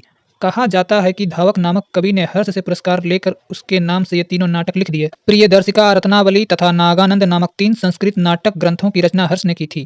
कहा जाता है कि धावक नामक कवि ने हर्ष से पुरस्कार लेकर उसके नाम से ये तीनों नाटक लिख दिए। प्रियदर्शिका, रत्नावली तथा नागानंद नामक 3 संस्कृत नाटक ग्रंथों की रचना हर्ष ने की थी। कहा जाता है कि धावक नामक कवि ने हर्ष से पुरस्कार लेकर उसके नाम से ये तीनों नाटक लिख दिए। प्रियदर्शिका, रत्नावली तथा नागानंद नामक 3 संस्कृत नाटक ग्रंथों की रचना हर्ष ने की थी। कहा जाता है कि धावक नामक कवि ने हर्ष से पुरस्कार लेकर उसके नाम से ये तीनों नाटक लिख दिए। प्रियदर्शिका, रत्नावली तथा नागानंद नामक 3 संस्कृत नाटक ग्रंथों की रचना हर्ष ने की थी। कहा जाता है कि धावक नामक कवि ने हर्ष से पुरस्कार लेकर उसके नाम से ये तीनों नाटक लिख दिए। प्रियदर्शिका, रत्नावली तथा नागानंद नामक 3 संस्कृत नाटक ग्रंथों की रचना हर्ष ने की थी। कहा जाता है कि धावक नामक कवि ने हर्ष से पुरस्कार लेकर उसके नाम से ये तीनों नाटक लिख दिए। प्रियदर्शिका, रत्नावली तथा नागानंद नामक 3 संस्कृत नाटक ग्रंथों की रचना हर्ष ने की थी। कहा जाता है कि धावक नामक कवि ने हर्ष से पुरस्कार लेकर उसके नाम से ये तीनों नाटक लिख दिए। प्रियदर्शिका, रत्नावली तथा नागानंद नामक 3 संस्कृत नाटक ग्रंथों की रचना हर्ष ने की थी। कहा जाता है कि धावक नामक कवि ने हर्ष से पुरस्कार लेकर उसके नाम से ये तीनों नाटक लिख दिए। प्रियदर्शिका, रत्नावली तथा नागानंद नामक 3 संस्कृत नाटक ग्रंथों की रचना हर्ष ने की थी। कहा जाता है कि धावक नामक कवि ने हर्ष से पुरस्कार लेकर उसके नाम से ये तीनों नाटक लिख दिए। प्रियदर्शिका, रत्नावली तथा नागानंद नामक 3 संस्कृत नाटक ग्रंथों की रचना हर्ष ने की थी। कहा जाता है कि धावक नामक कवि ने हर्ष से पुरस्कार लेकर उसके नाम से ये तीनों नाटक लिख दिए। प्रियदर्शिका, रत्नावली तथा नागानंद नामक 3 संस्कृत नाटक ग्रंथों की रचना हर्ष ने की थी। कहा जाता है कि धावक नामक कवि ने हर्ष से पुरस्कार लेकर उसके नाम से ये तीनों नाटक लिख दिए। प्रियदर्शिका, रत्नावली तथा नागानंद नामक 3 संस्कृत नाटक ग्रंथों की रचना हर्ष ने की थी। कहा जाता है कि धावक नामक कवि ने हर्ष से पुरस्कार लेकर उसके नाम से ये तीनों नाटक लिख दिए। प्रियदर्शिका, रत्नावली तथा नागानंद नामक 3 संस्कृत नाटक ग्रंथों की रचना हर्ष ने की थी। कहा जाता है कि धावक नामक कवि ने हर्ष से पुरस्कार लेकर उसके नाम से ये तीनों नाटक लिख दिए। प्रियदर्शिका, रत्नावली तथा नागानंद नामक 3 संस्कृत नाटक ग्रंथों की रचना हर्ष ने की थी। कहा जाता है कि धावक नामक कवि ने हर्ष से पुरस्कार लेकर उसके नाम से ये तीनों नाटक लिख दिए। प्रियदर्शिका, रत्नावली तथा नागानंद नामक 3 संस्कृत नाटक ग्रंथों की रचना हर्ष ने की थी। कहा जाता है कि धावक नामक कवि ने हर्ष से पुरस्कार लेकर उसके नाम से ये तीनों नाटक लिख दिए। प्रियदर्शिका, रत्नावली तथा नागानंद नामक 3 संस्कृत नाटक ग्रंथों की रचना हर्ष ने की थी। कहा जाता है कि धावक नामक कवि ने हर्ष से पुरस्कार लेकर उसके नाम से ये तीनों नाटक लिख दिए। प्रियदर्शिका, रत्नावली तथा नागानंद नामक 3 संस्कृत नाटक ग्रंथों की रचना हर्ष ने की थी। कहा जाता है कि धावक नामक कवि ने हर्ष से पुरस्कार लेकर उसके नाम से ये तीनों नाटक लिख दिए। प्रियदर्शिका, रत्नावली तथा नागानंद नामक 3 संस्कृत नाटक ग्रंथों की रचना हर्ष ने की थी। कहा जाता है कि धावक नामक कवि ने हर्ष से पुरस्कार लेकर उसके नाम से ये तीनों नाटक लिख दिए। प्रियदर्शिका, रत्नावली तथा नागानंद नामक 3 संस्कृत नाटक ग्रंथों की रचना हर्ष ने की थी। कहा जाता है कि धावक नामक कवि ने हर्ष से पुरस्कार लेकर उसके नाम से ये तीनों नाटक लिख दिए। प्रियदर्शिका, रत्नावली तथा नागानंद नामक 3 संस्कृत नाटक ग्रंथों की रचना हर्ष ने की थी।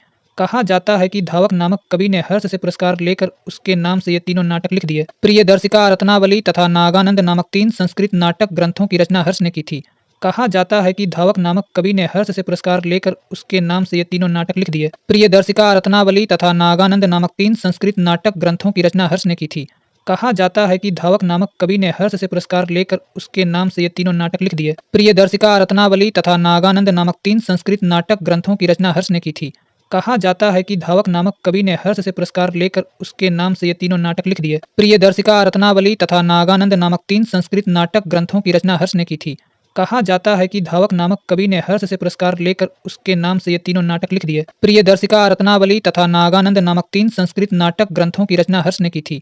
कहा जाता है कि धावक नामक कवि ने हर्ष से पुरस्कार लेकर उसके नाम से ये तीनों नाटक लिख दिए। प्रियदर्शिका, रत्नावली तथा नागानंद नामक 3 संस्कृत नाटक ग्रंथों की रचना हर्ष ने की थी।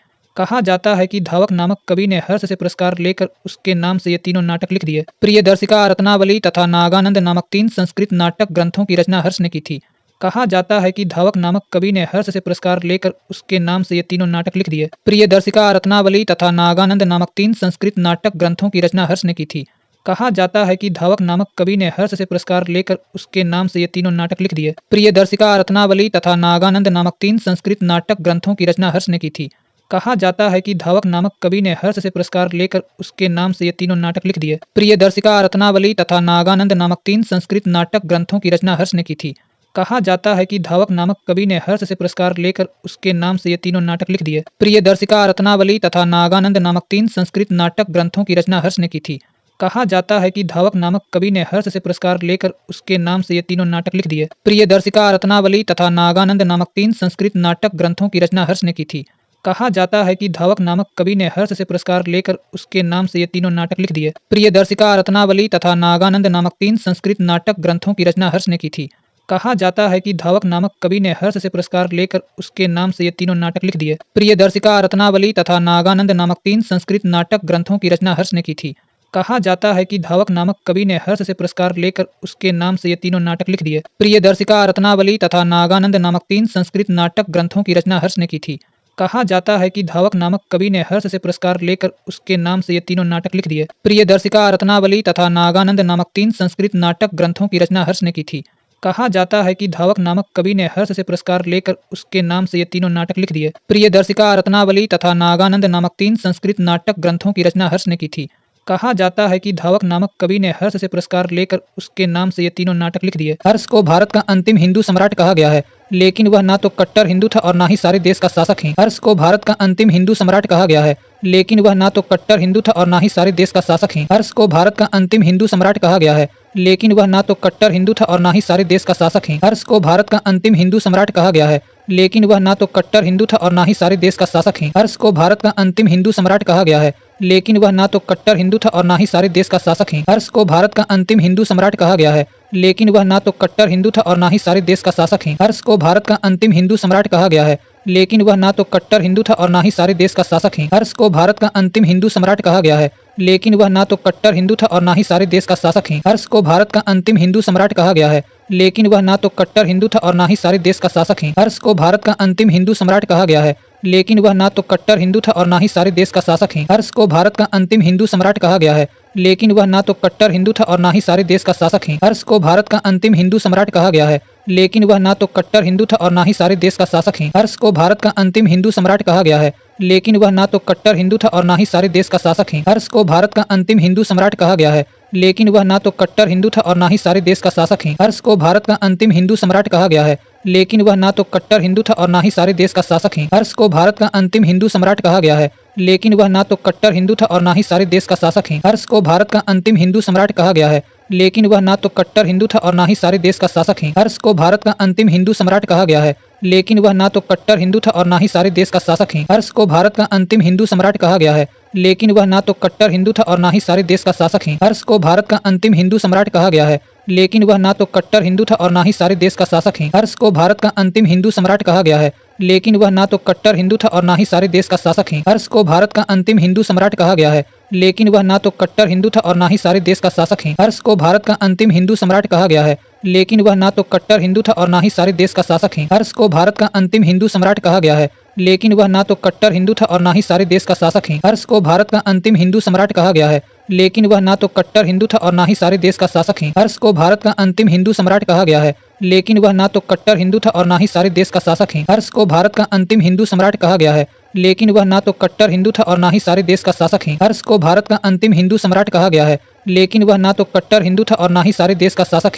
भारत का अंतिम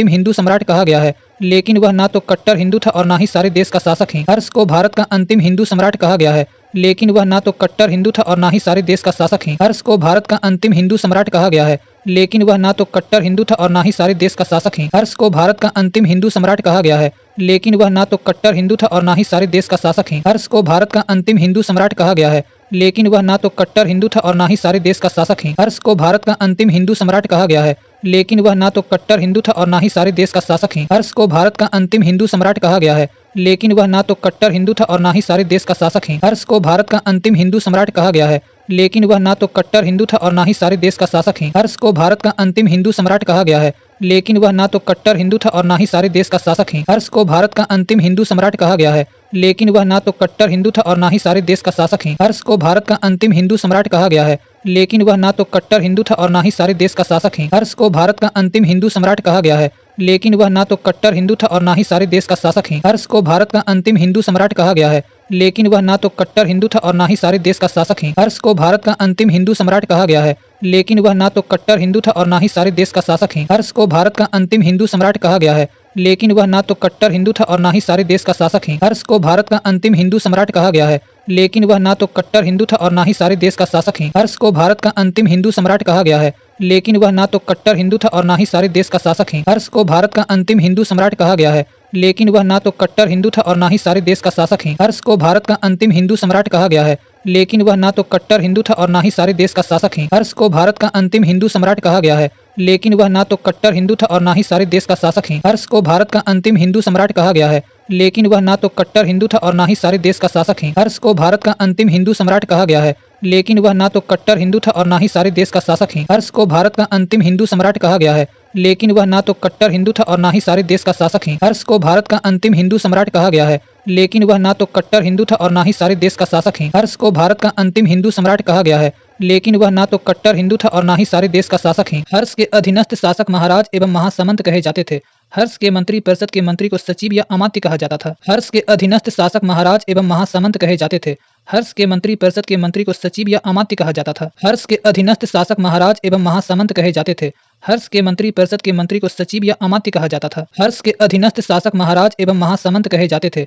हर्ष के मंत्री परिषद के मंत्री को सचिव या अमात्य कहा जाता था। हर्ष के अधीनस्थ शासक महाराज एवं महासामंत कहे जाते थे। हर्ष के मंत्री परिषद के मंत्री को सचिव या अमात्य कहा जाता था। हर्ष के अधीनस्थ शासक महाराज एवं महासामंत कहे जाते थे। हर्ष के मंत्री परिषद के मंत्री को सचिव या अमात्य कहा जाता था। हर्ष के अधीनस्थ शासक महाराज एवं महासामंत कहे जाते थे। हर्ष के मंत्री परिषद के मंत्री को सचिव या अमात्य कहा जाता था। हर्ष के अधीनस्थ शासक महाराज एवं महासामंत कहे जाते थे। हर्ष के मंत्री परिषद के मंत्री को सचिव या अमात्य कहा जाता था। हर्ष के अधीनस्थ शासक महाराज एवं महासामंत कहे जाते थे। हर्ष के मंत्री परिषद के मंत्री को सचिव या अमात्य कहा जाता था। हर्ष के अधीनस्थ शासक महाराज एवं महासामंत कहे जाते थे। हर्ष के मंत्री परिषद के मंत्री को सचिव या अमात्य कहा जाता था। हर्ष के अधीनस्थ शासक महाराज एवं महासामंत कहे जाते थे। हर्ष के मंत्री परिषद के मंत्री को सचिव या अमात्य कहा जाता था। हर्ष के अधीनस्थ शासक महाराज एवं महासामंत कहे जाते थे। हर्ष के मंत्री परिषद के मंत्री को सचिव या अमात्य कहा जाता था। हर्ष के अधीनस्थ शासक महाराज एवं महासामंत कहे जाते थे। हर्ष के मंत्री परिषद के मंत्री को सचिव या अमात्य कहा जाता था। हर्ष के अधीनस्थ शासक महाराज एवं महासामंत कहे जाते थे। हर्ष के मंत्री परिषद के मंत्री को सचिव या अमात्य कहा जाता था। हर्ष के अधीनस्थ शासक महाराज एवं महासामंत कहे जाते थे। हर्ष के मंत्री परिषद के मंत्री को सचिव या अमात्य कहा जाता था। हर्ष के अधीनस्थ शासक महाराज एवं महासामंत कहे जाते थे। हर्ष के मंत्री परिषद के मंत्री को सचिव या अमात्य कहा जाता था। हर्ष के अधीनस्थ शासक महाराज एवं महासामंत कहे जाते थे। हर्ष के मंत्री परिषद के मंत्री को सचिव या अमात्य कहा जाता था। हर्ष के अधीनस्थ शासक महाराज एवं महासामंत कहे जाते थे। हर्ष के मंत्री परिषद के मंत्री को सचिव या अमात्य कहा जाता था। हर्ष के अधीनस्थ शासक महाराज एवं महासामंत कहे जाते थे। हर्ष के मंत्री परिषद के मंत्री को सचिव या अमात्य कहा जाता था। हर्ष के अधीनस्थ शासक महाराज एवं महासामंत कहे जाते थे। हर्ष के मंत्री परिषद के मंत्री को सचिव या अमात्य कहा जाता था। हर्ष के अधीनस्थ शासक महाराज एवं महासामंत कहे जाते थे। हर्ष के मंत्री परिषद के मंत्री को सचिव या अमात्य कहा जाता था। हर्ष के अधीनस्थ शासक महाराज एवं महासामंत कहे जाते थे। हर्ष के मंत्री परिषद के मंत्री को सचिव या अमात्य कहा जाता था। हर्ष के अधीनस्थ शासक महाराज एवं महासामंत कहे जाते थे। हर्ष के मंत्री परिषद के मंत्री को सचिव या अमात्य कहा जाता था। हर्ष के अधीनस्थ शासक महाराज एवं महासामंत कहे जाते थे। हर्ष के मंत्री परिषद के मंत्री को सचिव या अमात्य कहा जाता था। हर्ष के अधीनस्थ शासक महाराज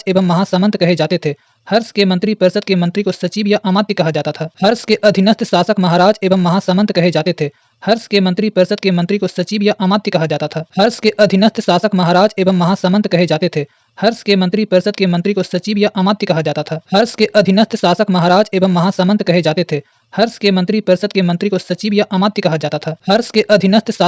एवं महासामंत कहे जाते थे। हर्ष के मंत्री परिषद के मंत्री को सचिव या अमात्य कहा जाता था। हर्ष के अधीनस्थ शासक महाराज एवं महासामंत कहे जाते थे। हर्ष के मंत्री परिषद के मंत्री को सचिव या अमात्य कहा जाता था। हर्ष के अधीनस्थ शासक महाराज एवं महासामंत कहे जाते थे। हर्ष के मंत्री परिषद के मंत्री को सचिव या अमात्य कहा जाता था। हर्ष के अधीनस्थ शासक महाराज एवं महासामंत कहे जाते थे। हर्ष के मंत्री परिषद के मंत्री को सचिव या अमात्य कहा जाता था। हर्ष के अधीनस्थ शासक महाराज एवं महासामंत कहे जाते थे। हर्ष के मंत्री परिषद के मंत्री को सचिव या अमात्य कहा जाता था। हर्ष के अधीनस्थ शासक महाराज एवं महासामंत कहे जाते थे। हर्ष के मंत्री परिषद के मंत्री को सचिव या अमात्य कहा जाता था। हर्ष के अधीनस्थ शासक महाराज एवं महासामंत कहे जाते थे। हर्ष के मंत्री परिषद के मंत्री को सचिव या अमात्य कहा जाता था। हर्ष के अधीनस्थ शासक महाराज एवं महासामंत कहे जाते थे।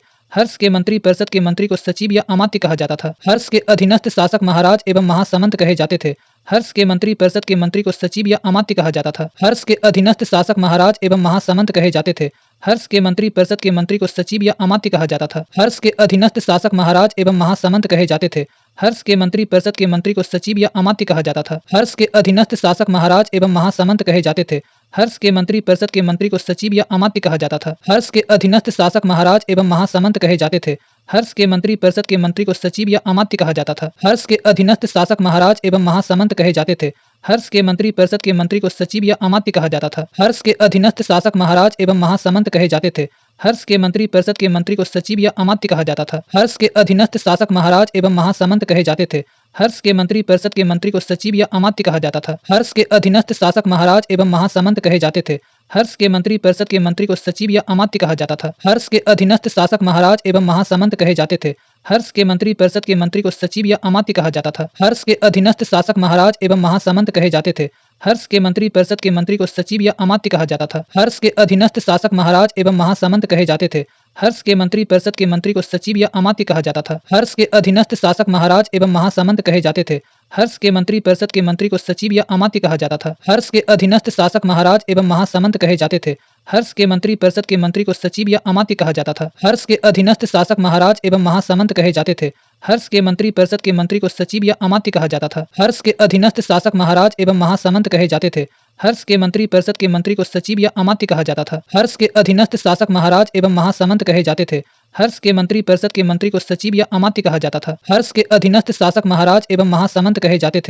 हर्ष के मंत्री परिषद के मंत्री को सचिव या अमात्य कहा जाता था। हर्ष के अधीनस्थ शासक महाराज एवं महासामंत कहे जाते थे। हर्ष के मंत्री परिषद के मंत्री को सचिव या अमात्य कहा जाता था। हर्ष के अधीनस्थ शासक महाराज एवं महासामंत कहे जाते थे।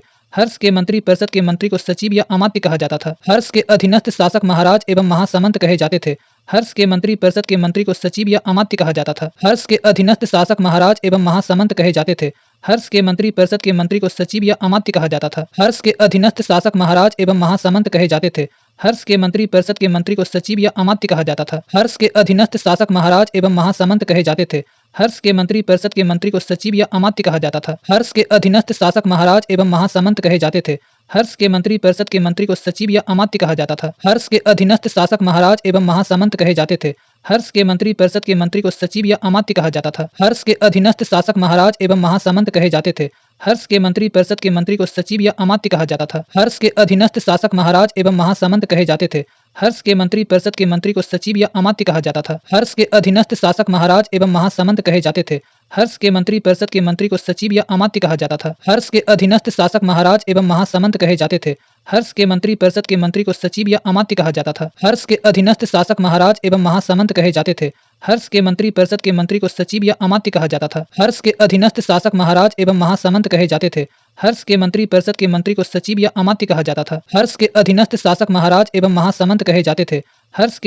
के मंत्री को सचिव या अमात्य कहा जाता था। हर्ष के अधीनस्थ शासक महाराज एवं महासामंत कहे जाते थे। हर्ष के मंत्री परिषद के मंत्री को सचिव या अमात्य कहा जाता था। हर्ष के अधीनस्थ शासक महाराज एवं महासामंत कहे जाते थे। हर्ष के मंत्री परिषद के मंत्री को सचिव या अमात्य कहा जाता था। हर्ष के अधीनस्थ शासक महाराज एवं महासामंत कहे जाते थे। हर्ष के मंत्री परिषद के मंत्री को सचिव या अमात्य कहा जाता था। हर्ष के अधीनस्थ शासक महाराज एवं महासामंत कहे जाते थे। हर्ष के मंत्री परिषद के मंत्री को सचिव या अमात्य कहा जाता था। हर्ष के अधीनस्थ शासक महाराज एवं महासामंत कहे जाते थे।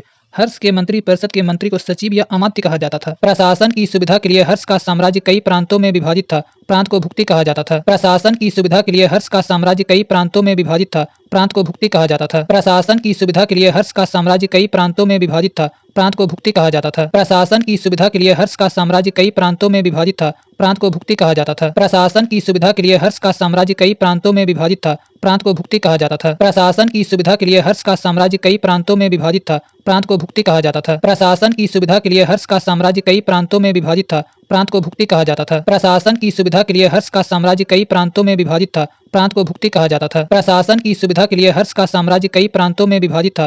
प्रांत को भुक्ति कहा जाता था। प्रशासन की सुविधा के लिए हर्ष का साम्राज्य कई प्रांतों में विभाजित था। प्रांत को भुक्ति कहा जाता था। प्रशासन की सुविधा के लिए हर्ष का साम्राज्य कई प्रांतों में विभाजित था। प्रांत को भुक्ति कहा जाता था। प्रशासन की सुविधा के लिए हर्ष का साम्राज्य कई प्रांतों में विभाजित था। प्रांत को भुक्ति कहा जाता था। प्रशासन की सुविधा के लिए हर्ष का साम्राज्य कई प्रांतों में विभाजित था। प्रांत को भुक्ति कहा जाता था। प्रशासन की सुविधा के लिए हर्ष का साम्राज्य कई प्रांतों में विभाजित था। प्रांत को भुक्ति कहा जाता था। प्रशासन की सुविधा के लिए हर्ष का साम्राज्य कई प्रांतों में विभाजित था, प्रांत को भुक्ति कहा जाता था। प्रशासन की सुविधा के लिए हर्ष का साम्राज्य कई प्रांतों में विभाजित था, प्रांत को भुक्ति कहा जाता था। प्रशासन की सुविधा के लिए हर्ष का साम्राज्य कई प्रांतों में विभाजित था, प्रांत को भुक्ति कहा जाता था। प्रशासन की सुविधा के लिए हर्ष का साम्राज्य कई प्रांतों में विभाजित था, प्रांत को भुक्ति कहा जाता था। प्रशासन की सुविधा के लिए हर्ष का साम्राज्य कई प्रांतों में विभाजित था, प्रांत को भुक्ति कहा जाता था। प्रशासन की सुविधा के लिए हर्ष का साम्राज्य कई प्रांतों में विभाजित था, प्रांत को भुक्ति कहा जाता था। प्रशासन की सुविधा के लिए हर्ष का साम्राज्य कई प्रांतों में विभाजित था, प्रांत को भुक्ति कहा जाता था। प्रशासन की सुविधा के लिए हर्ष का साम्राज्य कई प्रांतों में विभाजित था,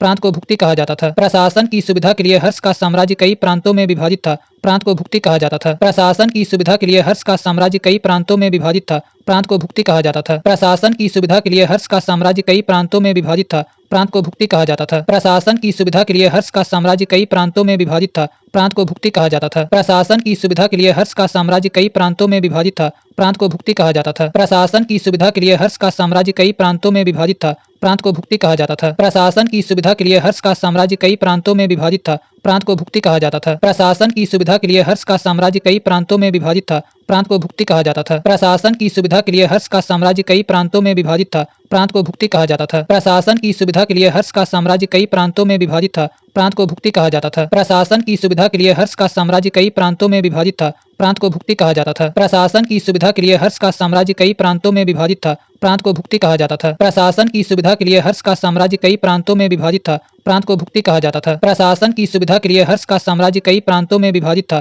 प्रांत को भुक्ति कहा जाता था। प्रशासन की सुविधा के लिए हर्ष का साम्राज्य कई प्रांतों में विभाजित था, प्रांत को भुक्ति कहा जाता था। प्रशासन की सुविधा के लिए हर्ष का साम्राज्य कई प्रांतों में विभाजित था, प्रांत को भुक्ति कहा जाता था। प्रशासन की सुविधा के लिए हर्ष का साम्राज्य कई प्रांतों में विभाजित था, प्रांत को भुक्ति कहा जाता था। प्रशासन की सुविधा के लिए हर्ष का साम्राज्य कई प्रांतों में विभाजित था, प्रांत को भुक्ति कहा जाता था। प्रशासन की सुविधा के लिए हर्ष का साम्राज्य कई प्रांतों में विभाजित था, प्रांत को भुक्ति कहा जाता था। प्रशासन की सुविधा के लिए हर्ष का साम्राज्य कई प्रांतों में विभाजित था, प्रांत को भुक्ति कहा जाता था। प्रशासन की सुविधा के लिए हर्ष का साम्राज्य कई प्रांतों में विभाजित था, प्रांत को भुक्ति कहा जाता था। प्रशासन की सुविधा के लिए हर्ष का साम्राज्य कई प्रांतों में विभाजित था, प्रांत को भुक्ति कहा जाता था। प्रशासन की सुविधा के लिए हर्ष का साम्राज्य कई प्रांतों में विभाजित था, प्रांत को भुक्ति कहा जाता था। प्रशासन की सुविधा के लिए हर्ष का साम्राज्य कई प्रांतों में विभाजित था, प्रांत को भुक्ति कहा जाता था। प्रशासन की सुविधा के लिए हर्ष का साम्राज्य कई प्रांतों में विभाजित था, प्रांत को भुक्ति कहा जाता था। प्रशासन की सुविधा के लिए हर्ष का साम्राज्य कई प्रांतों में विभाजित था, प्रांत को भुक्ति कहा जाता था। प्रशासन की सुविधा के लिए हर्ष का साम्राज्य कई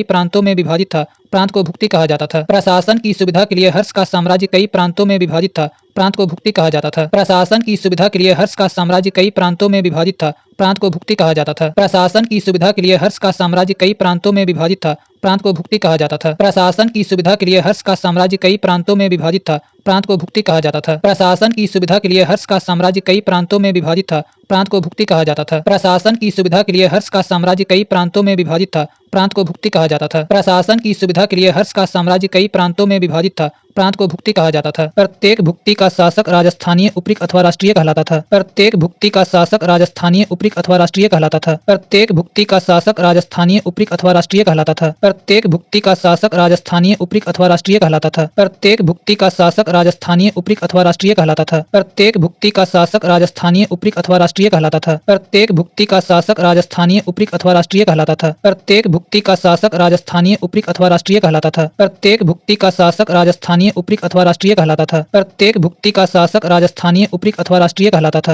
प्रत्येक भुक्ति का शासक राजस्थानीय, उपरिक अथवा राष्ट्रीय कहलाता था। प्रत्येक भुक्ति का शासक राजस्थानीय, उपरिक अथवा राष्ट्रीय कहलाता था। प्रत्येक भुक्ति का शासक राजस्थानीय, उपरिक अथवा राष्ट्रीय कहलाता था। प्रत्येक भुक्ति का शासक राजस्थानीय, उपरिक अथवा राष्ट्रीय कहलाता था। प्रत्येक भुक्ति का शासक राजस्थानीय, उपरिक अथवा राष्ट्रीय कहलाता था। प्रत्येक भुक्ति का शासक राजस्थानीय, उपरिक अथवा राष्ट्रीय कहलाता था। प्रत्येक भुक्ति का शासक राजस्थानीय, उपरिक अथवा राष्ट्रीय कहलाता था। प्रत्येक भुक्ति का शासक राजस्थानीय, उपरिक अथवा राष्ट्रीय कहलाता था। प्रत्येक भुक्ति का शासक राजस्थानीय, उपरिक अथवा राष्ट्रीय कहलाता था। प्रत्येक भुक्ति का शासक राजस्थानीय, उपरिक अथवा राष्ट्रीय कहलाता था। प्रत्येक भुक्ति का शासक राजस्थानीय, उपरिक अथवा राष्ट्रीय कहलाता था। प्रत्येक भुक्ति का शासक राजस्थानीय, उपरिक अथवा राष्ट्रीय कहलाता था। प्रत्येक भुक्ति का शासक राजस्थानीय, उपरिक अथवा राष्ट्रीय कहलाता था। प्रत्येक भुक्ति का शासक राजस्थानीय, उपरिक अथवा राष्ट्रीय कहलाता था। प्रत्येक भुक्ति का शासक राजस्थानीय, उपरिक अथवा राष्ट्रीय कहलाता था। प्रत्येक भुक्ति का शासक राजस्थानीय उपरीक अथवा राष्ट्रीय कहलाता था। प्रत्येक भुक्ति का शासक राजस्थानीय उपरीक अथवा राष्ट्रीय कहलाता था। प्रत्येक भुक्ति का शासक राजस्थानीय उपरीक अथवा राष्ट्रीय कहलाता था। प्रत्येक भुक्ति का शासक राजस्थानीय उपरीक अथवा राष्ट्रीय कहलाता था। प्रत्येक भुक्ति का शासक राजस्थानीय उपरीक अथवा राष्ट्रीय कहलाता था। प्रत्येक भुक्ति का शासक राजस्थानीय उपरीक अथवा राष्ट्रीय कहलाता था। प्रत्येक भुक्ति का शासक राजस्थानीय उपरीक अथवा राष्ट्रीय कहलाता था। प्रत्येक भुक्ति का शासक राजस्थानीय उपरीक अथवा राष्ट्रीय कहलाता था। प्रत्येक भुक्ति का शासक राजस्थानीय उपरीक अथवा राष्ट्रीय कहलाता था। प्रत्येक भुक्ति का शासक राजस्थानीय उपरीक अथवा राष्ट्रीय कहलाता था। प्रत्येक भुक्ति का शासक राजस्थानीय उपरीक अथवा राष्ट्रीय कहलाता था। प्रत्येक भुक्ति का शासक राजस्थानीय उपरीक अथवा राष्ट्रीय कहलाता था। प्रत्येक भुक्ति का शासक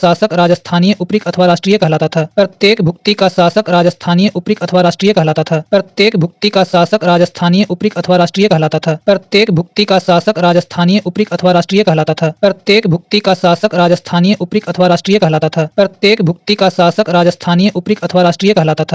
प्रत्येक भुक्ति का शासक राजस्थानीय उपरीक अथवा राष्ट्रीय कहलाता था। प्रत्येक भुक्ति का शासक राजस्थानीय उपरीक अथवा राष्ट्रीय कहलाता था। प्रत्येक भुक्ति का शासक राजस्थानीय उपरीक अथवा राष्ट्रीय कहलाता था। प्रत्येक भुक्ति का शासक राजस्थानीय उपरीक अथवा राष्ट्रीय कहलाता था। प्रत्येक भुक्ति का शासक राजस्थानीय उपरीक अथवा राष्ट्रीय कहलाता था। प्रत्येक भुक्ति का शासक राजस्थानीय उपरीक अथवा राष्ट्रीय कहलाता था। प्रत्येक भुक्ति का शासक राजस्थानीय उपरीक अथवा राष्ट्रीय कहलाता था। प्रत्येक भुक्ति का शासक राजस्थानीय उपरीक अथवा राष्ट्रीय कहलाता था। प्रत्येक भुक्ति का शासक राजस्थानीय उपरीक अथवा राष्ट्रीय कहलाता था। प्रत्येक भुक्ति का शासक राजस्थानीय उपरीक अथवा राष्ट्रीय कहलाता था। प्रत्येक भुक्ति का शासक राजस्थानीय उपरीक अथवा राष्ट्रीय कहलाता था। प्रत्येक भुक्ति का शासक राजस्थानीय उपरीक अथवा राष्ट्रीय कहलाता था। प्रत्येक भुक्ति का शासक राजस्थानीय उपरीक अथवा राष्ट्रीय कहलाता था। प्रत्येक भुक्ति का शासक राजस्थानीय उपरीक अथवा राष्ट्रीय कहलाता था। प्रत्येक भुक्ति का शासक राजस्थानीय उपरीक अथवा राष्ट्रीय कहलाता था। प्रत्येक भुक्ति का शासक राजस्थानीय उपरीक अथवा राष्ट्रीय कहलाता था। प्रत्येक भुक्ति का शासक राजस्थानीय उपरीक अथवा राष्ट्रीय कहलाता था। प्रत्येक भुक्ति का शासक राजस्थानीय उपरीक अथवा राष्ट्रीय कहलाता था। प्रत्येक भुक्ति का शासक राजस्थानीय उपरीक अथवा राष्ट्रीय कहलाता था। प्रत्येक भुक्ति का शासक राजस्थानीय उपरीक अथवा राष्ट्रीय कहलाता था। प्रत्येक भुक्ति का शासक राजस्थानीय उपरीक अथवा राष्ट्रीय कहलाता था। प्रत्येक भुक्ति का शासक राजस्थानीय उपरीक अथवा राष्ट्रीय कहलाता था। प्रत्येक भुक्ति का शासक राजस्थानीय उपरीक अथवा राष्ट्रीय कहलाता था। प्रत्येक भुक्ति का शासक राजस्थानीय उपरीक अथवा राष्ट्रीय कहलाता था। प्रत्येक भुक्ति का शासक राजस्थानीय उपरीक अथवा राष्ट्रीय कहलाता था। भुक्ति का विभाजन जिलों में हुआ था। जिले की संज्ञा थी विषय जिसका प्रधान विषयपति होता था। भुक्ति का विभाजन जिलों में हुआ था। जिले की संज्ञा थी विषय जिसका प्रधान विषयपति होता था। भुक्ति का विभाजन जिलों में हुआ था। जिले की संज्ञा थी विषय जिसका प्रधान विषयपति होता था। भुक्ति का विभाजन जिलों में हुआ था। जिले की संज्ञा थी विषय जिसका प्रधान विषयपति होता था। भुक्ति का विभाजन जिलों में हुआ था। जिले की संज्ञा थी विषय जिसका प्रधान विषयपति होता था। भुक्ति का विभाजन जिलों में हुआ था। जिले की संज्ञा थी विषय जिसका प्रधान विषयपति होता था। भुक्ति का विभाजन जिलों में हुआ था। जिले की संज्ञा थी विषय जिसका प्रधान विषयपति होता था। भुक्ति का विभाजन जिलों में हुआ था। जिले की संज्ञा थी विषय जिसका प्रधान विषयपति होता था। भुक्ति का विभाजन जिलों में हुआ था। जिले की संज्ञा थी विषय जिसका प्रधान विषयपति होता था। भुक्ति का विभाजन जिलों में हुआ था। जिले की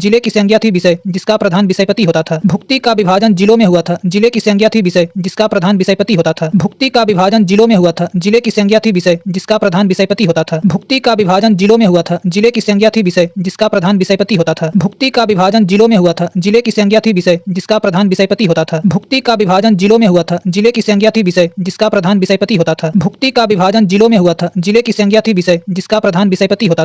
का विभाजन जिलों में हुआ था। जिले की संज्ञा थी विषय जिसका प्रधान विषयपति होता था। भुक्ति का विभाजन जिलों में हुआ था। जिले की संज्ञा थी विषय जिसका प्रधान विषयपति होता था। भुक्ति का विभाजन जिलों में हुआ था। जिले की संज्ञा थी विषय जिसका प्रधान विषयपति होता था। भुक्ति का विभाजन जिलों में हुआ था। जिले की संज्ञा थी विषय जिसका प्रधान विषयपति होता था। भुक्ति का विभाजन जिलों में हुआ था। जिले की संज्ञा थी विषय जिसका प्रधान विषयपति होता था। भुक्ति का विभाजन जिलों में हुआ था। जिले की संज्ञा थी विषय जिसका प्रधान विषयपति होता था। भुक्ति का विभाजन जिलों में हुआ था। जिले की संज्ञा थी विषय जिसका प्रधान विषयपति होता था। भुक्ति का विभाजन जिलों में हुआ था। जिले की संज्ञा थी विषय जिसका प्रधान विषयपति होता था। भुक्ति का विभाजन जिलों में हुआ था। जिले की संज्ञा थी विषय जिसका प्रधान विषयपति होता था। भुक्ति का विभाजन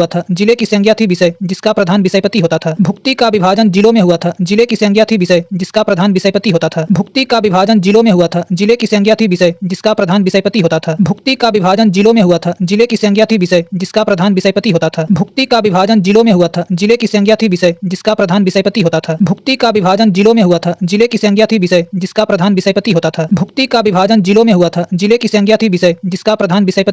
भुक्ति का विभाजन जिलों में हुआ था। जिले की संज्ञा थी विषय जिसका प्रधान विषयपति होता था। भुक्ति का विभाजन जिलों में हुआ था। जिले की संज्ञा थी विषय जिसका प्रधान विषयपति होता था। भुक्ति का विभाजन जिलों में हुआ था। जिले की संज्ञा थी विषय जिसका प्रधान विषयपति होता था। भुक्ति का विभाजन जिलों में हुआ था। जिले की संज्ञा थी विषय जिसका प्रधान विषयपति होता था। भुक्ति का विभाजन जिलों में हुआ था। जिले की संज्ञा थी विषय जिसका प्रधान विषयपति होता था। भुक्ति का विभाजन जिलों में हुआ था। जिले की संज्ञा थी विषय जिसका प्रधान विषयपति होता था। भुक्ति का विभाजन जिलों में हुआ था। जिले की संज्ञा थी विषय जिसका प्रधान विषयपति होता था। भुक्ति का विभाजन जिलों में हुआ था। जिले की संज्ञा थी विषय जिसका प्रधान विषयपति होता था। भुक्ति का विभाजन जिलों में हुआ था। जिले की संज्ञा थी विषय जिसका प्रधान विषयपति होता था। भुक्ति का विभाजन जिलों में हुआ था। जिले की संज्ञा थी विषय जिसका प्रधान विषयपति होता था। भुक्ति का विभाजन जिलों में हुआ था। जिले की संज्ञा संज्ञा थी विषय जिसका प्रधान विषयपति होता था। भुक्ति का विभाजन जिलों में हुआ था। जिले की संज्ञा थी विषय जिसका प्रधान विषयपति होता था। भुक्ति का विभाजन जिलों में हुआ था। जिले की संज्ञा थी विषय जिसका प्रधान विषयपति होता था। भुक्ति का विभाजन जिलों में हुआ था। जिले की संज्ञा थी विषय जिसका प्रधान विषयपति होता था। भुक्ति का विभाजन जिलों में हुआ था। जिले की संज्ञा थी विषय जिसका प्रधान विषयपति होता था। भुक्ति का विभाजन जिलों में हुआ था। जिले की संज्ञा थी विषय जिसका प्रधान विषयपति होता था। भुक्ति का विभाजन जिलों में हुआ था। जिले की संज्ञा थी विषय जिसका प्रधान विषयपति होता था। भुक्ति का विभाजन जिलों में हुआ था। जिले की संज्ञा थी विषय जिसका प्रधान विषयपति होता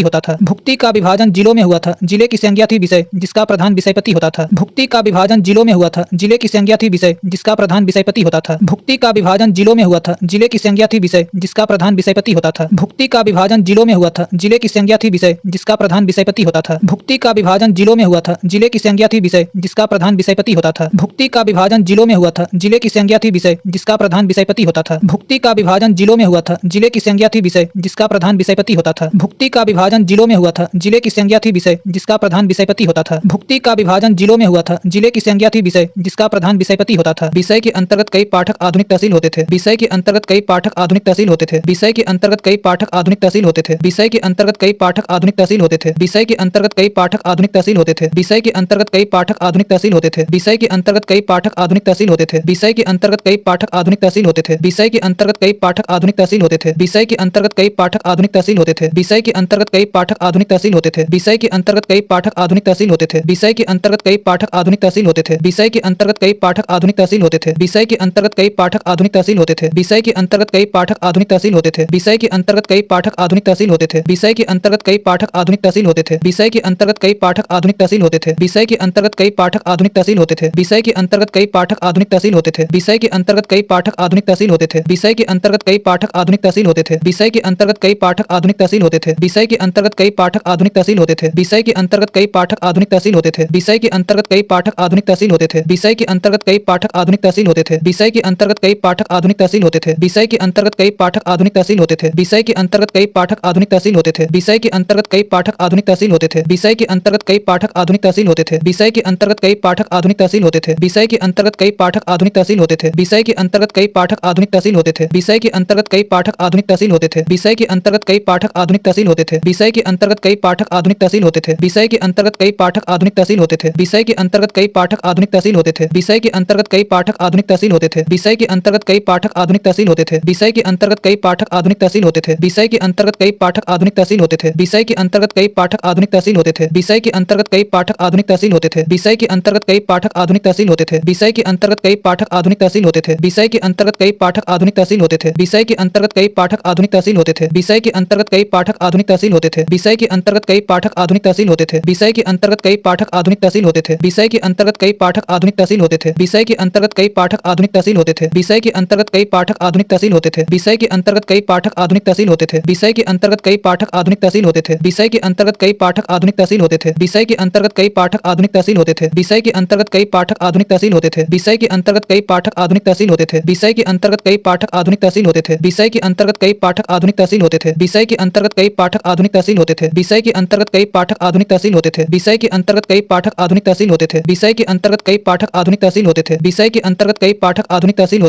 विषय के अंतर्गत कई पाठक आधुनिक तहसील होते थे। विषय के अंतर्गत कई पाठक आधुनिक तहसील होते थे। विषय के अंतर्गत कई पाठक आधुनिक तहसील होते थे। विषय के अंतर्गत कई पाठक आधुनिक तहसील होते थे। विषय के अंतर्गत कई पाठक आधुनिक तहसील होते थे। विषय के अंतर्गत कई पाठक आधुनिक तहसील होते थे। विषय के अंतर्गत कई पाठक आधुनिक तहसील होते थे। विषय के अंतर्गत कई पाठक आधुनिक तहसील होते थे। विषय के अंतर्गत कई पाठक आधुनिक तहसील होते थे। विषय के अंतर्गत कई पाठक आधुनिक तहसील होते थे। विषय के अंतर्गत कई पाठक आधुनिक तहसील होते थे। विषय के अंतर्गत कई पाठक आधुनिक तहसील होते थे। विषय के अंतर्गत कई पाठक आधुनिक तहसील होते थे। विषय के अंतर्गत कई पाठक आधुनिक तहसील होते थे। विषय के अंतर्गत कई पाठक आधुनिक तहसील होते थे। विषय के अंतर्गत कई पाठक आधुनिक तहसील होते थे। विषय के अंतर्गत कई पाठक आधुनिक तहसील होते थे। विषय के अंतर्गत कई पाठक आधुनिक तहसील होते थे। विषय के अंतर्गत कई पाठक आधुनिक तहसील होते थे। ग्राम शासन की सबसे छोटी इकाई थी। ग्राम शासन का प्रधान ग्रामांश पटलिक कहा जाता था। ग्राम शासन की सबसे छोटी इकाई थी। ग्राम शासन का प्रधान ग्रामांश पटलिक कहा जाता था। ग्राम शासन की सबसे छोटी इकाई थी। ग्राम शासन का प्रधान ग्रामांश पटलिक कहा जाता था। ग्राम शासन की सबसे छोटी इकाई थी। ग्राम शासन का प्रधान ग्रामांश पटलिक कहा जाता था। ग्राम शासन की सबसे छोटी इकाई थी। ग्राम शासन का प्रधान ग्रामांश पटलिक कहा जाता था। ग्राम शासन की सबसे छोटी इकाई थी। ग्राम शासन का प्रधान ग्रामांश पटलिक कहा जाता था। ग्राम शासन की सबसे छोटी इकाई थी। ग्राम शासन का प्रधान ग्रामांश पटलिक कहा जाता था। ग्राम शासन की सबसे छोटी इकाई थी। ग्राम शासन का प्रधान ग्रामांश पटलिक कहा जाता था। ग्राम शासन की सबसे छोटी इकाई थी। ग्राम शासन का प्रधान ग्रामांश पटलिक कहा जाता था। ग्राम शासन की सबसे छोटी इकाई थी। ग्राम शासन का प्रधान ग्रामांश पटलिक कहा जाता था। ग्राम शासन की सबसे छोटी इकाई थी। ग्राम शासन का प्रधान ग्रामांश पटलिक कहा जाता था। ग्राम शासन की सबसे छोटी इकाई थी। ग्राम शासन का प्रधान ग्रामांश पटलिक कहा जाता था। ग्राम शासन की सबसे छोटी इकाई थी। ग्राम शासन का प्रधान ग्रामांश पटलिक कहा जाता था। ग्राम शासन की सबसे छोटी इकाई थी। ग्राम शासन का प्रधान ग्रामांश पटलिक कहा जाता था। ग्राम शासन की सबसे छोटी इकाई थी। ग्राम शासन का प्रधान ग्रामांश पटलिक कहा जाता था। ग्राम शासन की सबसे छोटी इकाई थी। ग्राम शासन का प्रधान ग्रामांश पटलिक कहा जाता था। ग्राम शासन की सबसे छोटी इकाई थी। ग्राम शासन का प्रधान ग्रामांश पटलिक कहा जाता था। ग्राम शासन की सबसे छोटी इकाई थी। ग्राम शासन का प्रधान ग्रामांश पटलिक कहा जाता था। ग्राम शासन की सबसे छोटी इकाई थी। ग्राम शासन का प्रधान ग्रामांश पटलिक कहा जाता था।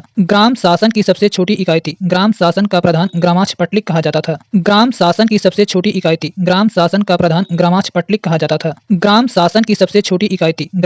का प्रधान ग्रामांश पटलिक कहा जाता था। ग्राम शासन की सबसे छोटी इकाई थी। ग्राम शासन का प्रधान ग्रामांश पटलिक कहा जाता था।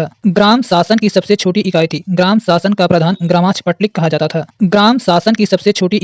ग्राम शासन का प्रधान ग्रामांश पटलिक कहा जाता था। ग्राम शासन की सबसे छोटी इकाई थी। ग्राम शासन का प्रधान ग्रामांश पटलिक कहा जाता था। ग्राम शासन की सबसे छोटी इकाई थी। ग्राम शासन का प्रधान ग्रामांश पटलिक कहा जाता था। ग्राम शासन की सबसे छोटी इकाई थी। ग्राम शासन का प्रधान ग्रामांश पटलिक कहा जाता था। ग्राम शासन की सबसे छोटी इकाई थी। ग्राम शासन का प्रधान ग्रामांश पटलिक कहा जाता था। ग्राम शासन की सबसे छोटी इकाई थी। ग्राम शासन का प्रधान ग्रामांश पटलिक कहा जाता था। ग्राम शासन की सबसे छोटी इकाई थी। ग्राम शासन का प्रधान ग्रामांश पटलिक कहा जाता था।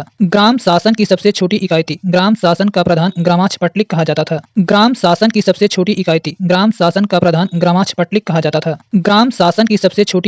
ग्राम शासन का प्रधान ग्रामांश पटलिक कहा जाता था। ग्राम शासन की सबसे छोटी इकाई थी। ग्राम शासन का प्रधान ग्रामांश पटलिक कहा जाता था। ग्राम शासन की सबसे छोटी इकाई थी। ग्राम शासन का प्रधान ग्रामांश पटलिक कहा जाता था। ग्राम शासन की सबसे छोटी इकाई थी। ग्राम शासन का प्रधान ग्रामांश पटलिक कहा जाता था। ग्राम शासन की सबसे छोटी इकाई थी। ग्राम शासन का प्रधान ग्रामांश पटलिक कहा जाता था। ग्राम शासन की सबसे छोटी इकाई थी। ग्राम शासन का प्रधान ग्रामांश पटलिक कहा जाता था। ग्राम शासन की सबसे छोटी इकाई थी। ग्राम शासन का प्रधान ग्रामांश पटलिक कहा जाता था। ग्राम शासन की सबसे छोटी इकाई थी। ग्राम शासन का प्रधान ग्रामांश पटलिक कहा जाता था। ग्राम शासन की सबसे छोटी इकाई थी। ग्राम शासन का प्रधान ग्रामांश पटलिक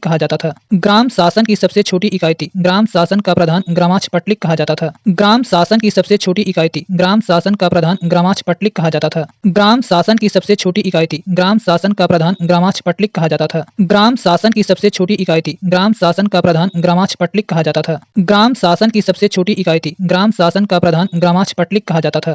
ग्राम शासन की सबसे छोटी इकाई थी। ग्राम शासन का प्रधान ग्रामांश पटलिक कहा जाता था। ग्राम शासन की सबसे छोटी इकाई थी। ग्राम शासन का प्रधान ग्रामांश पटलिक कहा जाता था। ग्राम शासन की सबसे छोटी इकाई थी। ग्राम शासन का प्रधान ग्रामांश पटलिक कहा जाता था। ग्राम शासन की सबसे छोटी इकाई थी। ग्राम शासन का प्रधान ग्रामांश पटलिक कहा जाता था। ग्राम शासन की सबसे छोटी इकाई थी। ग्राम शासन का प्रधान ग्रामांश पटलिक कहा जाता था। ग्राम शासन की सबसे छोटी इकाई थी। ग्राम शासन का प्रधान ग्रामांश पटलिक कहा जाता था। ग्राम शासन की सबसे छोटी इकाई थी। ग्राम शासन का प्रधान ग्रामांश पटलिक कहा जाता था। पुलिस कर्मियों को चाट या भाट कहा गया है। दंडपासिक तथा दांडिक पुलिस विभाग के अधिकारी होते थे। पुलिस कर्मियों को चाट या भाट कहा गया है। दंडपासिक तथा दांडिक पुलिस विभाग के अधिकारी होते थे। पुलिस कर्मियों को चाट या भाट कहा गया है। दंडपासिक तथा दांडिक पुलिस विभाग के अधिकारी होते थे। पुलिस कर्मियों को चाट या भाट कहा गया है। दंडपासिक तथा दांडिक पुलिस विभाग के अधिकारी होते थे। पुलिस कर्मियों को चाट या भाट कहा गया है। दंडपासिक तथा दांडिक पुलिस विभाग के अधिकारी होते थे। पुलिस कर्मियों को चाट या भाट कहा गया है। दंडपासिक तथा दांडिक पुलिस विभाग के अधिकारी होते थे। पुलिस कर्मियों को चाट या भाट कहा गया है।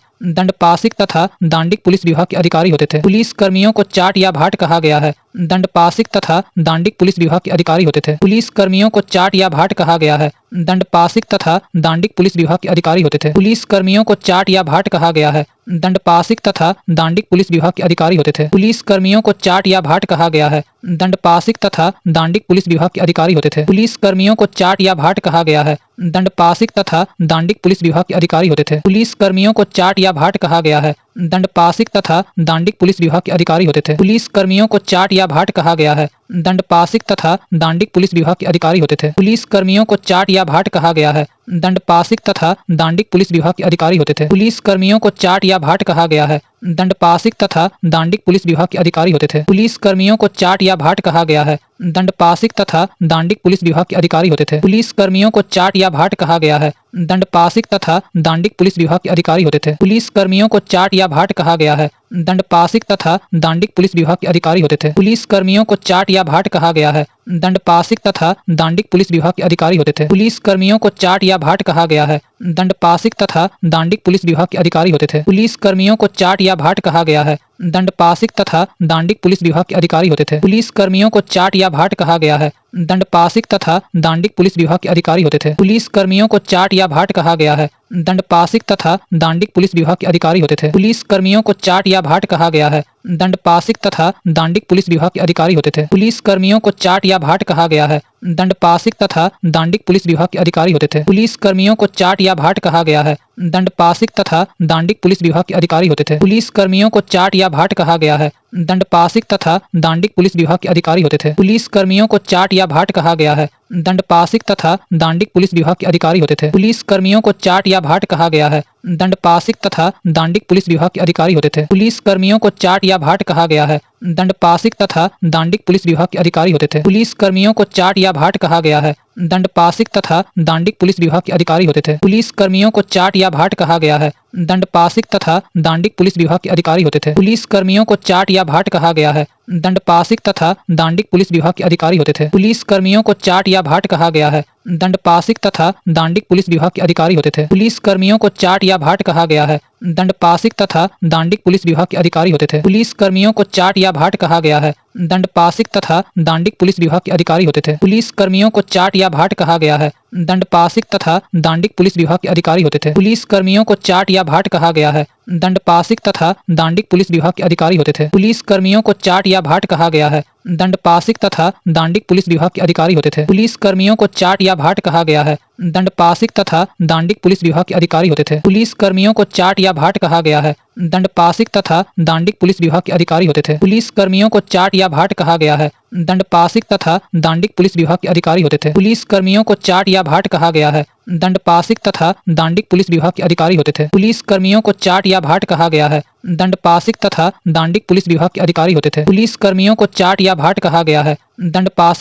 दांडिक पुलिस विभाग के अधिकारी होते थे। पुलिस कर्मियों को चाट या भाट कहा गया है। दंडपासिक तथा दांडिक पुलिस विभाग के अधिकारी होते थे। पुलिस कर्मियों को चाट या भाट कहा गया है। दंडपासिक तथा दांडिक पुलिस विभाग के अधिकारी होते थे। पुलिस कर्मियों को चाट या भाट कहा गया है। दंडपासिक तथा दांडिक पुलिस विभाग के अधिकारी होते थे। पुलिस कर्मियों